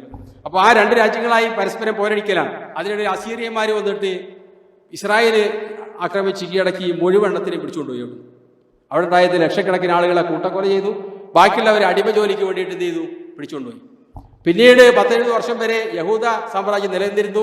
ബാബിലോണിയൻ ചക്രവർത്തി ബുഖ്തനസർ, അങ്ങനെയാണ് അറബിയിൽ പറയാം, ചെറിയൊരു വ്യത്യാസപ്രകാരമാണ് ഇംഗ്ലീഷിലൊക്കെ ശരീരത്തിലൊക്കെ ഉണ്ടാവും. ആ രാജാവ് വന്നു, അവരെ പിടിച്ചുകൊണ്ടുപോയി ബാബിലോണിയയിലേക്ക്. ഒരെണ്ണത്തിനെ അവിടെ ബാക്കിയാക്കിയില്ല. പരമാവധി 10-20,000 കൊന്നു. ബാക്കിയുള്ളവരെ മുഴുവൻ അടിമകളാക്കി അടിമ വിലക്ക് വേണ്ടിയിട്ട് ബാബിലോണിലേക്ക് പിടിച്ചുകൊണ്ടുപോയി. അപ്പോഴൊക്കെ ഇവിടെ ആര് ജീവിക്കുന്നുണ്ട്? നേരത്തെ പറഞ്ഞ കന്യാനികളും അറബികളുണ്ട്. അവര് മതമുള്ളവരും മതമില്ലാത്തവരും പിന്നെ പലതരത്തിൽ ജീവിച്ചുകൊണ്ടിരിക്കുകയാണ്. അങ്ങനെ ബാബിലോണിയയിലേക്ക് പോയി. പിന്നീട് പേർഷ്യൻ രാജാവിന്റെ ആക്രമണത്തിൽ ബാബിലോണിയ അദ്ദേഹം പിടിച്ചെടുത്തു. കോറസ് ചക്രവർത്തി അവർക്ക് ഷാമിലേക്ക് മടങ്ങാൻ അനുവാദം നൽകി. അങ്ങനെ കുറേ പേര് തിരിച്ചെന്ത് ചെയ്തു? വീണ്ടും പലസ്തീനിലേക്ക് എത്തി. അത് പിന്നെ BC 5-ാം നൂറ്റാണ്ടിലാണ്. അതിനുശേഷം റോമാക്കാർ കീഴടക്കി. പിന്നീട് 3 നൂറ്റാണ്ട് അവരാ ഭരിച്ചത്. റോമാൻ രാജാവിനെതിരെ BC 70 ഈ യഹൂദന്മാർ കലാപമുണ്ടാക്കി. ആ തിരക്കടില്ലാവുന്ന രംഗത്തിറങ്ങിയാൽ എന്ന് തോന്നുകയും അദ്ദേഹം തിയോഡസ് ചക്രവർത്തി മുഴുവെണ്ണത്തിനെ നശിപ്പിച്ചു. അവിടെ ഉണ്ടായിരുന്ന ഹൈക്കൽ സുലൈമാൻ എന്ന് പറയപ്പെടുന്നു. അവരിപ്പോൾ തിരഞ്ഞുകൊണ്ടിരിക്കുകയാണ് ബൈത്തുൽ മുഖദ്ദസിന്റെ താഴെ. അത് അദ്ദേഹമാണ് നശിപ്പിച്ചത്. അപ്പോൾ അവരുടെ ഒരു ചരിത്ര സ്ഥലം അത് നശിപ്പിച്ചിട്ടില്ല, മുസ്ലിമീങ്ങൾ നശിപ്പിച്ചിട്ടില്ല. പിന്നെ ആരാ നശിപ്പിച്ചത്? ക്രിസ്ത്യാനികൾ. അവരല്ലേ ഇപ്പോൾ ഈ റോമ ചക്രവർത്തി എന്ന് പറയുന്നത്. അവരാ നശിപ്പിച്ചത്. എല്ലായിടത്തെയും പിടിച്ചുകൊണ്ടുപോയി. അത് കഴിഞ്ഞ് വീണ്ടും അവരവിടെ കുറച്ചാളുകളൊക്കെ അവിടെ ബാക്കിയുണ്ടായിരുന്നു. വലിയുണ്ടാവുന്ന ആൾക്കാരുണ്ടാവില്ല. പിന്നെ പിടിച്ചുകൊണ്ട് അവർ പൂച്ചനെ കരകടത്തിയ പോലെ തിരിച്ചെങ്കിലും കട വരും കുറച്ചാളുകളൊക്കെ. അങ്ങനെ തിരിച്ചു വന്ന് വീണ്ടും അവരവിടെ താമസിക്കുകയാണ്. BC 130 വീണ്ടും കലാപമുണ്ടാക്കി. ആ സമയത്ത് വീണ്ടും റോമൻ രാജാവ് അവരെ അടിച്ചു നശിപ്പിച്ചു. അതിനുശേഷമാണ് ഈസാ നബി അലൈഹി ഇസ്ലാം അവിടെ വരുന്നതും അവർ ഈസാ നബി അലൈഹി ഇസ്ലാമിനെ എതിരെ തിരിയുന്നതും ഈസാ നബിനെ ക്രൂശിക്കാൻ വേണ്ടി ഈ റോമൻ പടയാളികളുടെ കൂടെ, അതൊക്കെ ബൈബിളിലൊക്കെ അങ്ങനെ നമ്മൾ വായിക്കുമ്പോൾ കഥയിലൊക്കെ കേൾക്കാൻ പറ്റും. പടയാളികൾ വന്നു എന്ന് പറയുന്നത് അവരെ മുട്ടിക്കൊടുത്തിട്ട് ഈസാ നബിനെ കൊല്ലിക്കാണ്. കാരണം റോമൻ ചക്രവർത്തിക്കെതിരെയാണ് ഈസാ നബി എന്നും പറഞ്ഞിട്ട്. പിന്നീട് ജസ്റ്റീനിയൻ ചക്രവർത്തി തന്നെ ക്രിസ്ത്യാനിയായി. അദ്ദേഹം രാജ്യത്തിന്റെ ഭരണത്തിന് വേണ്ടി എന്തോ അദ്ദേഹത്തിന്റെ മതം ഈസാ നബിന്റെ മതത്തിലേക്ക് മർജ് ചെയ്തതാണ്. അതൊക്കെ വേറെ കാര്യങ്ങൾ. ചുരുക്കത്തിൽ ഇതാണ് അവിടെയുള്ള പാരമ്പര്യവാദത്തിന്റെ അവസ്ഥ. അവർക്ക് യാതൊരു പാരമ്പര്യത്തോട് അവകാശപ്പെടാനില്ല. ദീനീപരമായി ഇന്ന ഔലന്നാസിം ഇബ്രാഹിം നബിയോട് ഏറ്റവും ബന്ധപ്പെട്ട ആൾക്കാരാരാ? ക്രിസ്ത്യാനികളാണോ? യഹൂദന്മാരാണോ? എന്താണ് അവരുടെ അടുക്കൽ ഇബ്രാഹിം നബിന്റെ ദീനുള്ളത്? ഇബ്രാഹിം നബിന്റെ വിശ്വാസമുണ്ടോ? അദ്ദേഹം പിന്നെ മുവഹിദുകളുടെ നേതാവായിരുന്നു, അല്ലേ? അങ്ങനെയാണ് പറഞ്ഞത്. ഇന്ന ഇബ്രാഹിമ കാന ഉമ്മത്തൻ ഖാനിതൻ ലില്ലാ. എന്നാൽ യഹൂദന്മാരുടെ അവസ്ഥ എന്താണ്? ലോകത്ത് ഈ ലൂത്തിസ്റ്റുകള്, സ്വവർഗരതിക്കാരുടെ തലസ്ഥാനം എവിടെയാ? നിങ്ങൾ ഒന്ന് സെർച്ച് ചെയ്ത് നോക്കൂ. അത് പിന്നെ ഇസ്രായേലിലാണുള്ളത്. ജെറൂസലേം എന്താ പറയുക തലസ്ഥാനത്തിന് പറയാ? തെല്ലവീവ്, അതിലാണുള്ളത്. ലോകത്ത് അമേരിക്ക അല്ല, അതിന്റെ തലസ്ഥാനം അവിടെയാണ്. പ്രവാചകന്മാരുടെ ദീനാണോ ചെയ്യണത്? ലൂത്ത് നബി അലൈഹി ഇസ്ലാമിന്റെ സമൂഹത്തെ അല്ലാഹു നശിപ്പിച്ചത് എന്തിനാ? ഈ പ്രവൃത്തി ചെയ്ത കാരണത്താൽ. അത് അവരുടെ നോക്കിയാൽ കാണുന്ന സ്ഥലത്ത് കിടക്കുമ്പോഴാണ് ഇതിന്റെ തലസ്ഥാനമാക്കി അവരുടെ രാജ്യത്ത് മാറ്റിയിട്ടുള്ളത്. ലോകത്തെ എല്ലാ അധാർമികതയുടെയും പിന്നിൽ അവരാണ്. സിയോണിസ്റ്റുകളെ അവർക്കൊരു പ്രത്യേക നിയമസംഹിതയുണ്ട്, അതിന് പ്രോട്ടോകോൾ എന്നാണ് പറയുക. പ്രോട്ടോകോളാത്ത് ഹുക്കമാ ഔ സഹിയോൺ, അവരുടെ 3-4 പേജിലുള്ള സംഗതിയാണ്. അത് രഹസ്യമാക്കി അവർ കൊണ്ടുനടക്കുന്ന കാര്യമാണ്. എങ്ങനെയാണ് ലോകത്തെ സംസ്കാരങ്ങൾ നശിപ്പിക്കേണ്ടത്, ലോകത്തെ ഓരോ സാമ്രാജ്യങ്ങളും എങ്ങനെയാണ് നശിപ്പിക്കേണ്ടത്, ഇത് വായിച്ച് മനസ്സിലാക്കിയപ്പോഴാണ് അവർക്കെതിരെ ഹിറ്റ്ലറും മുസോളിയും ഒക്കെ രംഗത്തിറങ്ങിയത്. മുഴുവൻ റഷ്യക്കാരാണ് അവർ ഒന്നായിട്ട് നശിപ്പിച്ചത്, അവിടെ രാജാക്കന്മാർ. അവരതൊക്കെ അവർക്കറിയാം ആരൊക്കെയാണ് ഞങ്ങളെ നശിപ്പിച്ചിട്ടുള്ളത്. അവർ ഏറ്റവും കൂടുതൽ അവർക്കെതിരെ കുറച്ച് നടപടി സ്വീകരിച്ച ആൾക്കാരാരാ? മുസ്ലിമീങ്ങളാണ്. പലപ്പോഴും അനുകമ്പ തോന്നിയിട്ട് അവരെ സ്വീകരിച്ചിരുത്തുക മുസ്ലിമീങ്ങൾ ചെയ്തത്, പലസ്തീനിലെ ആളുകൾ. പക്ഷെ അവർക്ക് കാര്യം മനസ്സിലായപ്പോഴേക്ക് അവരുടെ കയ്യിൽ നിന്ന് അത് പിടിവിട്ടു പോയിരുന്നു. അപ്പോൾ പ്രവാചകന്മാരോട് ബന്ധപ്പെട്ട ആൾക്കാർ അവരുടെ വിശ്വാസവും അവരുടെ ആദർശവും അവരുടെ സംസ്കാരം ഉള്ളത് മുസ്ലിമീങ്ങൾക്കാണ്.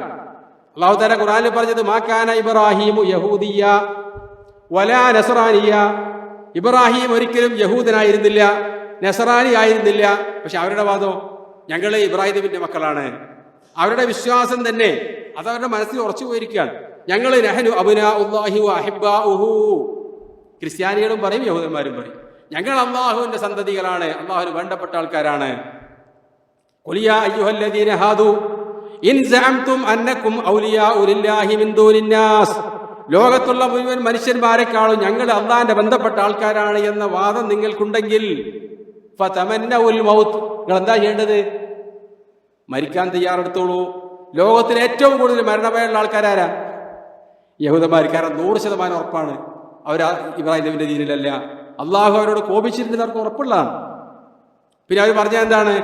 ഞങ്ങൾക്ക് ശിക്ഷയുള്ളത് വഖാലു ലയ്യദ്ഖുൽ, അവർ പറഞ്ഞത് നരകത്തില് ലൻ തമസ്സന നാറു ഇല്ലാ അയ്യാമൻ മഅദൂദ. ബറകല്ലാഹു ഫീ. ഞങ്ങൾ ഏതാനും ദിവസം നരകത്തിൽ പോയാൽ കിടക്കുള്ളൂ, ഞങ്ങൾ അള്ളാഹിന്റെ വേണ്ടപ്പെട്ട ആൾക്കാരെ അപ്പോഴേക്ക് ഞങ്ങൾ എന്ത് ചെയ്യും?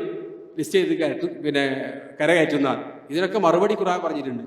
ഈ വിശ്വാസത്തിന്റെ അടിസ്ഥാനത്തിലാണ് ലോകത്തുള്ള മുഴുവൻ മനുഷ്യന്മാരെ അവര് മൃഗങ്ങളായി കാണുകയും അവരെ നശിപ്പിക്കാൻ വേണ്ടിയുള്ള പദ്ധതി ആസൂത്രണം ചെയ്യുന്നത്. ആരാണ് അമേരിക്കയെ നശിപ്പിച്ചത്? ആരാണ് ബ്രിട്ടനെ നശിപ്പിച്ചത്?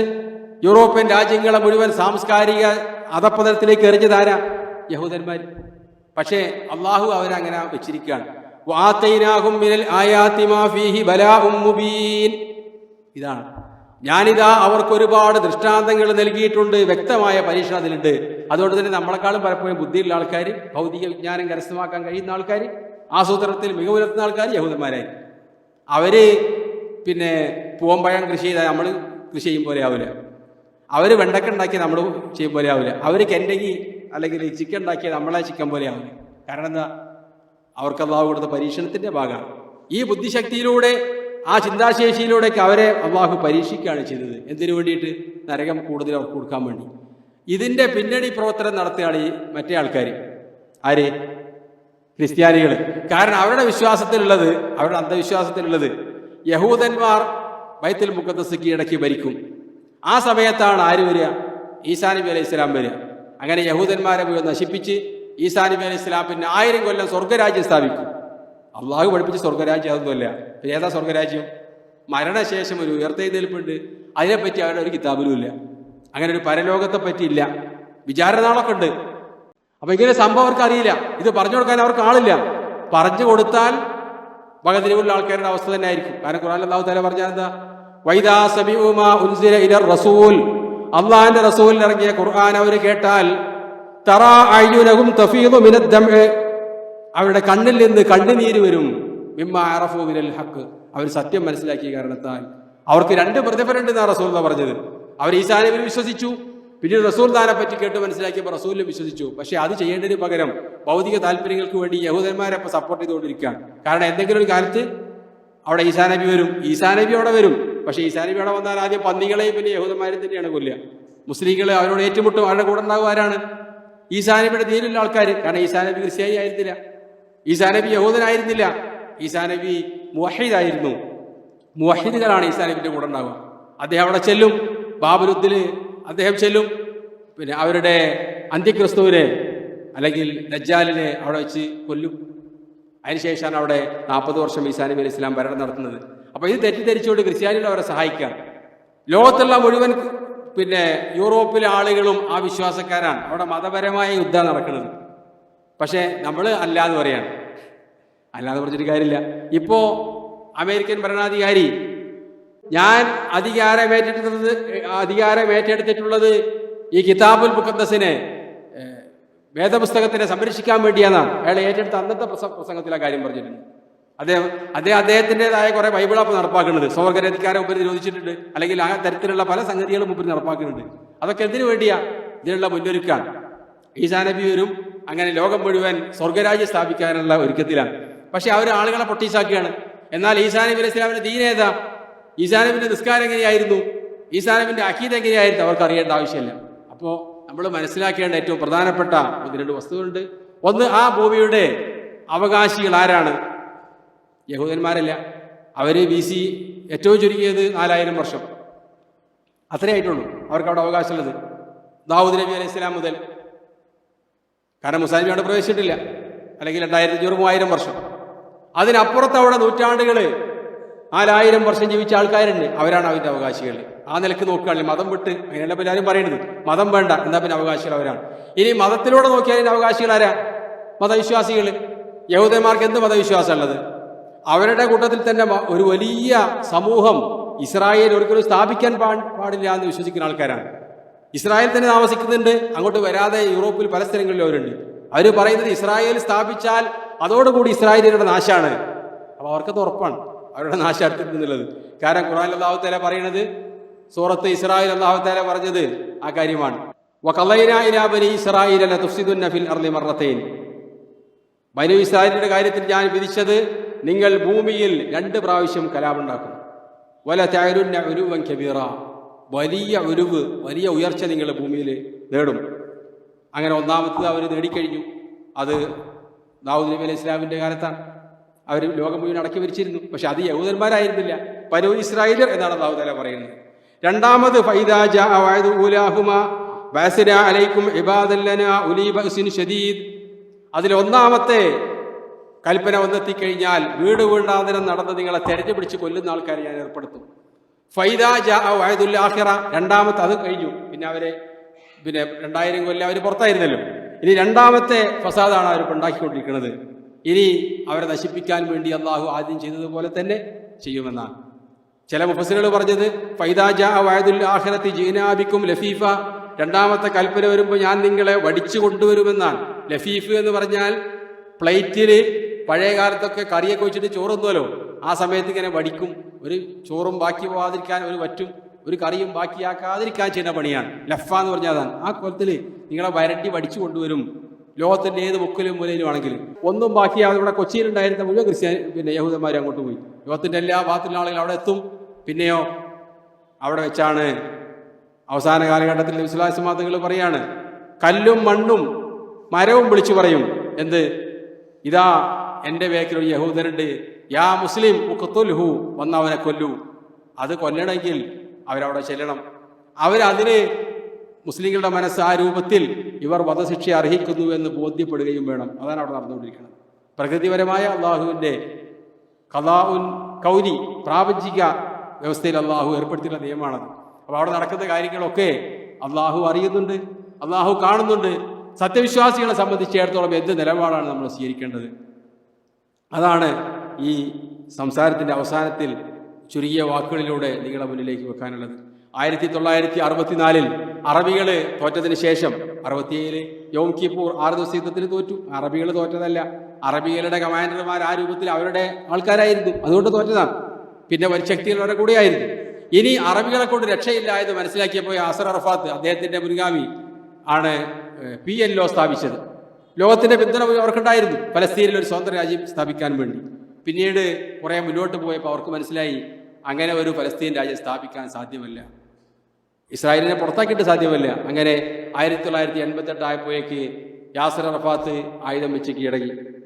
അവർ പറഞ്ഞു ഇസ്രായേലിനെ അംഗീകരിക്കാം, പിന്നെ ഫലസ്തീനിനെ അവർ രാജ്യമായി അംഗീകരിക്കണം. അങ്ങനെയാണ് ഓസ്ലോയിൽ പിന്നെ ചർച്ച ഒരുപാട് കാലത്തായി നീണ്ടുപോയി. 1991 മറ്റോ ഓസ്ലോ കരാർ എന്ന പേരിൽ അവർ കരാറിൽ ഒപ്പിടുകയും സമാധാനം വരുത്തിയെന്ന് പ്രഖ്യാപിക്കുകയും ചെയ്തു. അതിന്റെ പേരിൽ ഇസ്രായേൽ പ്രധാനമന്ത്രി കൊല്ലപ്പെട്ടു. പിന്നീട് യാസർ അറഫാത്തിനെ അവർ ബന്ദിയാക്കി കൊല്ലുകയും ചെയ്തു. ഈ കാലഘട്ടം വന്നതോടുകൂടി പിന്നെ അവിടെ ഫലസ്തീനികൾക്കിടയിൽ പ്രശ്നമായി. അതായത് യഹൂദന്മാരുമായി യാതൊരു തരത്തിലും സന്ധി ഉണ്ടാകാൻ പാടുണ്ടായിരുന്നില്ല. അത് നമ്മൾ ജിഹാദിലൂടെ പിടിച്ചെടുക്കണം എന്ന തരത്തിലേക്ക് ചിന്താഗതി ഉണ്ടായി. ആ ചിന്താഗതിയുടെ ബാക്ക്ഗ്രൗണ്ട് യഥാർത്ഥത്തിൽ ഇഖ്വാനുൽ മുസ്ലിമീനിൽ നിന്നാണ്. ഈജിപ്തിൽ മതവിദ്യാഭ്യാസം നടത്തിയിരുന്ന പണ്ഡിതന്മാരിലൂടെയാണ് ആ ചിന്താഗതി ഇവരിലേക്ക് വന്നത്. ഇഖ്വാനുൽ മുസ്ലിമീൻ ലോകത്ത് ഒരുപാട് നന്മ ചെയ്തിട്ടുണ്ട്.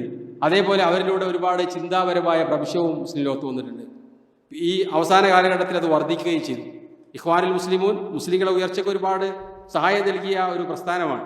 പക്ഷേ ആ രൂപത്തിലുള്ള പണ്ഡിതന്മാരും മുഹദ്ദിസുമാരൊന്നും പിൽക്കാലത്ത് അവർക്കുണ്ടായിരുന്നില്ല. രൂപീകരണ കാലത്ത് തന്നെ ചില പ്രശ്നങ്ങളുണ്ടായിരുന്നു. ഹസൻ അൽ ബന്നയുടെയും സയ്യിദ് ഖുത്ബിന്റെയും ആദർശങ്ങൾ അവർ അമിതമായി ചിന്താഗതിയെ അവർ അത് സ്വാധീനിച്ചിട്ടുണ്ട്. അതിന് പുറമെ പിന്നീട് സയ്യിദ് സാബിക്കിനെ പോലെ അമാനി മൗലവി പരിഭാഷപ്പെടുത്തിയിട്ടുണ്ട്. സുന്നത്തും ഇസ്ലാമിക ശരീഅത്തും അതിനുള്ള സ്ഥാനവും. അദ്ദേഹത്തിന്റെ പേരെന്താണ്? മുസ്തഫ സബായിയാണോ? അതേപോലെ ഉള്ള ഒരുപാട് പണ്ഡിതന്മാർ അവർക്കിടയിൽ ഉണ്ടായിരുന്നു. അങ്ങനെയുള്ള പണ്ഡിതന്മാരൊന്നും ഇപ്പല്ല. അതുകൊണ്ട് തന്നെ അവർ തന്നെ വലിയ ഉയറലിൽ പിന്നെ ഒരു ലക്ഷ്യബോധം നഷ്ടപ്പെട്ട അവസ്ഥയിലാണുള്ളത്. അവരുടെയൊക്കെ ബാക്ക്ഗ്രൗണ്ടിലാണ് ഈ ഫലസ്തീനിൽ ഹമാസ് രൂപപ്പെടുന്നത്. ആ രൂപീകരണ കാലത്ത് അവർ ഏറ്റവും കൂടുതൽ സഹായിച്ചത് ആരാ? അവരുടെ തന്നെ പ്രസ്താവന ഉണ്ട്, യഹൂദന്മാരാണ്. കാരണം മുസ്ലിങ്ങളുടെ സംഘടിത ശക്തിയെ ഭിന്നിപ്പിക്കുക എന്നതായിരുന്നു അവരുടെ ഉദ്ദേശം. പക്ഷെ അവർ യഹൂദന്മാർക്ക് വേണ്ടി പണിയെടുത്തുവെന്നോ പണിയെടുക്കുകയാണെന്നോ പിന്നെ ഞാൻ പറയുന്നില്ല. കാരണം അങ്ങനെ പറയാൻ നമുക്ക് പാടില്ല. മറിച്ച് മുസ്ലിങ്ങളെ സംബന്ധിച്ചിടത്തോളം നമുക്കുള്ള ബാധ്യത ഒറ്റക്കെട്ടായി ഇസ്ലാമിൽ അടിയുറച്ചു നിൽക്കുക, മുസ്ലിങ്ങൾ ഒറ്റക്കെട്ടായി ജീവിക്കുക എന്നത് മാത്രമാണ്. അതിന് ഇസ്ലാമിക നേതൃത്വം ഒരുമിച്ച് മുന്നോട്ട് വെക്കുന്ന പദ്ധതിയെയും അവർ സ്വീകരിക്കുന്ന നിലപാടുകളെയും പിന്തുണക്കുക, അതിൽ നിന്ന് തെറ്റിദ്ധരിച്ച് പോകാതിരിക്കുക. അത് പോയതാണ് മുസ്ലിമീങ്ങൾക്ക് പറ്റിയ അബദ്ധം. ഇന്ന് ഫലസ്തീൻ പ്രശ്നം നമ്മുടെ ആരെങ്കിലും പ്രശ്നമാണോ? നമ്മൾ മീഡിയയിൽ കാണുമ്പോൾ ഒരു ഫലസ്തീൻ പ്രശ്നം എന്ന് പറയുക എന്നതല്ലാതെ ഞാൻ ആദ്യം പറഞ്ഞു വെച്ച വിഷയം നമ്മളുടെ ആദർശപരമായി അഖീദയുടെയും വിശ്വാസത്തിന്റെയും ഭാഗമാണ് ബൈത്തുൽ മുഖദ്ദസ്. അവിടെ നടക്കുന്നത് അറബികളുടെയോ ഫലസ്തീനികളുടെയോ പ്രശ്നമല്ല, നമ്മുടെ വിശ്വാസത്തിന്റെ ഭാഗമാണ് എന്ന് നമ്മൾ തിരിച്ചറിയണം. അങ്ങനെ തിരിച്ചറിഞ്ഞ് നമ്മൾ ഐക്യബോധത്തോടു കൂടി ജീവിച്ചാൽ നമ്മളിലേക്ക് അത് തിരിച്ചു വരും. അങ്ങനെ വരുന്ന ഒരു സമൂഹം ഇവിടെ വരാനുണ്ട്. അവരുടെ കാലത്ത് അത് അവരിലേക്ക് തിരിച്ചു വരുമെന്ന് നബി സല്ലല്ലാഹു അലൈഹി വസല്ലം തങ്ങൾ പ്രവചിച്ചിട്ടുണ്ട്. അത് നമ്മൾ വിശ്വസിക്കുന്നവരാണല്ലോ. അപ്പോൾ ആ കാര്യത്തിന് വേണ്ടി നമ്മൾ ചെയ്യേണ്ടത്, ഇത് ഫലസ്തീനിന്റെ മാത്രം പ്രശ്നമല്ല. സിയോണിസ്റ്റുകൾ എന്താണോ ഫലസ്തീനിൽ നടപ്പാക്കിയത് അത് തന്നെയാണ് അവരുടെ ബി ടീം വേറെ സ്ഥലങ്ങളിൽ നടപ്പാക്കുന്നത്. എല്ലാ ബുദ്ധിയും പ്ലാനിങ്ങും അവരെന്തൊക്കെ ചെയ്തു, ഫലസ്തീനിൽ അവർ ചെയ്ത നരനായാട്ടുകൾ പലപ്പോഴും നമ്മൾ കേട്ടതാണ്. അതിനുവേണ്ടി നടത്തിയ അട്ടിമറി പ്രവർത്തനങ്ങൾ, കൂട്ടക്കൊലകൾ, ചരിത്രത്തിൽ അങ്ങനെ ഒരു സംഭവം ഉണ്ടായിട്ടുണ്ടാവില്ല. ഏറ്റവും കൂടുതൽ പീഡിപ്പിക്കപ്പെട്ടവരായി നമ്മൾ കാണുന്നത് ബർമ്മക്കാരെയാണ്. പക്ഷെ അവരും ഈ രൂപത്തിൽ പിന്നെ നശിപ്പിക്കപ്പെട്ടിട്ടില്ല. അത്രയധികം ദുൽമിന് അതിക്രമത്തിന് വിധേയരായവരാണ് ഫലസ്തീനികൾ. അവരോട് ഐക്യദാർഢ്യപ്പെടുക, അവർക്കിടയിൽ അതിനെ നേരിടുന്ന വിഷയത്തിൽ എന്തെങ്കിലും അഭിപ്രായ വ്യത്യാസം ഉണ്ടായിട്ടുണ്ടെങ്കിൽ അത് ഇവിടെ നിന്നിങ്ങനെ നമ്മൾ കമന്റ് അടിക്കുന്നത് ശരിയല്ല. ഷെയ്ഖ് മുഹമ്മദ് ബിൻ സാലിഹ് അൽ ഉസൈമീൻ റഹ്മത്തുള്ളാഹി അലൈഹി സൗദി അറേബ്യയിലെ വലിയ പണ്ഡിതനായിരുന്നു. 2001 ഇന്തിഫാദ, ആ സമയത്ത് അദ്ദേഹത്തിനോട് ചോദിക്കുകയാണ്, ഫലസ്തീനിലേക്ക് ജിഹാദിന് പോകണോ, എന്താണ് അവിടെ നമ്മൾ ചെയ്യേണ്ടത്? അപ്പൊ അദ്ദേഹം പറഞ്ഞത് എന്തുകൊണ്ടാണ് യാതൊരു താരതമ്യം ചെയ്യാൻ പോലും പറ്റാത്ത തരത്തിലുള്ളൊരു വൻ ശക്തിയെ വെറും കല്ലുമായി ഫലസ്തീനികളിലെ കുട്ടികൾ നേരിടാൻ പോകുന്നത്? അവരാരാണ് വഞ്ചിച്ചത് എന്ന് ഞാൻ ഭയപ്പെടുന്നു. അദ്ദേഹം പറഞ്ഞ വാക്കിന്റെ തർജ്ജുമയാണ്. എന്നാൽ അദ്ദേഹം പറഞ്ഞത് ഏതായിരുന്നാലും അവരോട് ചേർന്ന് നിൽക്കുകയാണ് മുസ്ലിമീങ്ങൾ ചെയ്യേണ്ടത്. അപ്പൊ അത് നമ്മൾക്കിടയിൽ ആഭ്യന്തര പ്രശ്നമാണ്. യഹൂദന്മാരെ എങ്ങനെ നേരിടണമെന്നത് മുസ്ലിമീങ്ങൾ തീരുമാനിക്കേണ്ട വിഷയമാണ്. അങ്ങനെ ആ നാട്ടിലുള്ള ആൾക്കാർ അങ്ങനെ ഒരു തീരുമാനം എടുത്തു. അതിൽ ചില അബദ്ധങ്ങൾ നമുക്ക് മുമ്പേ അറിയാം, ഇപ്പോഴും സംഭവിച്ചുകൊണ്ടിരിക്കുന്നു. അത് പരസ്യമായി പറഞ്ഞ് യഹൂദന്മാർക്ക് കൊടുത്താലും നമ്മൾ പിന്നെ ഈ ഹമാസിന് കൊടുക്കൂല എന്നൊക്കെ പറയുന്നത് അള്ളാഹുവിന്റെ ദീന് ശരിക്കും മനസ്സിലാക്കിയ ഒരാൾ പറയാൻ പറ്റിയ വാക്കുകളല്ല. മറിച്ച് അങ്ങനെ അബദ്ധങ്ങൾ ഉണ്ടായിട്ടുണ്ടെങ്കിൽ അത് തിരുത്തൽ മുസ്ലിമീങ്ങളുടെ ബാധ്യതയാണ്. അത് ആ നേതാക്കന്മാർ ചെയ്തോളും. ഇസ്ലാമിക ലോകത്ത് തലയെടുപ്പുള്ള പണ്ഡിതന്മാർ ഷെയ്ഖ് നാസറുദ്ദീൻ അൽബാനിയെ പോലെ, ഷെയ്ഖ് മുഹമ്മദ് സാലിഹ് വസീബിനെ പോലെ അവരെ ഉപദേശിച്ചിട്ടുണ്ട്. അതേപോലെ രാജാക്കന്മാർ, അബ്ദുല്ലാ രാജാവ്, അവർ തന്നെ രണ്ട് കക്ഷികളാണ്, PLOയും ഹമാസും. അവരെ മക്കയെ വിളിച്ച് ചർച്ച ചെയ്തിട്ടുണ്ട്. നിങ്ങൾ ഈ രൂപത്തിൽ ജീവിച്ചാൽ നിങ്ങളെ ചെന്നായ പിടിക്കുമെന്ന് അവർക്ക് മുന്നറിയിപ്പ് നൽകിയിട്ടുണ്ട്. പക്ഷെ അവർ വീണ്ടും വിഘടിച്ചാൽ നിന്നത്. അവർക്കിടയിലുള്ള ഭിന്നതയാണ് അവർ മുതലെടുത്തത്. നേരത്തെ തുർക്കികളുടെ കാലത്ത് 1917 ബ്രിട്ടന് മുതലെടുത്തതുപോലെ അത് തന്നെയാണ് എല്ലായിടത്തും മുതലെടുക്കുന്നത്. നമ്മൾ ഇസ്ലാമിന് വേണ്ടി അള്ളാഹു നമ്മളോട് പറഞ്ഞിട്ടുള്ളത് ഏകോദര സഹോദരന്മാരായി നിൽക്കാനാണ്. നമ്മൾക്കിടയിലുള്ള ആദർശപരമായ തെറ്റുകൾ, ഭിന്നതകൾ അതൊക്കെ ഉപദേശിക്കുക, പഠിപ്പിച്ചു കൊടുക്കുക. അതോടൊപ്പം മുസ്ലിമീങ്ങൾ ഒന്നാണ്.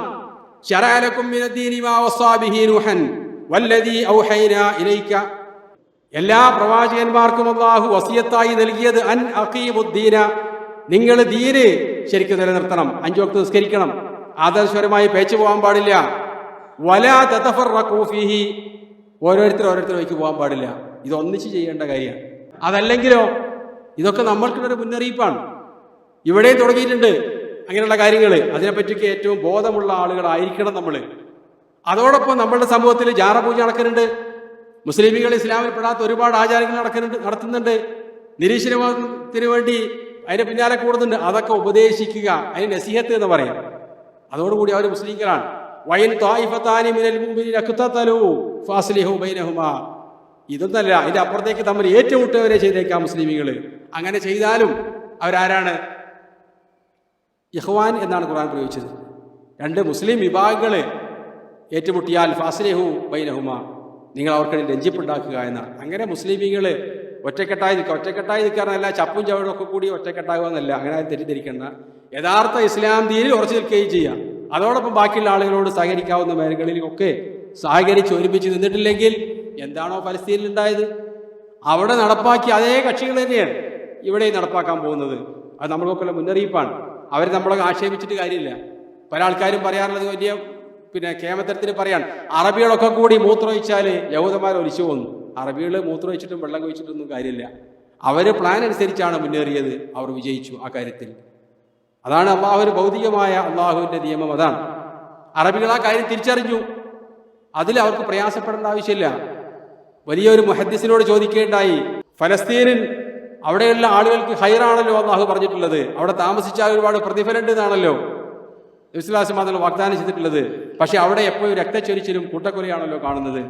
അപ്പോൾ അദ്ദേഹം പറഞ്ഞ മറുപടി, അത് കൂട്ടക്കൊലയും രക്തച്ചൊരിച്ചിലും ആയിരിക്കും അവർക്ക് ഹൈർ.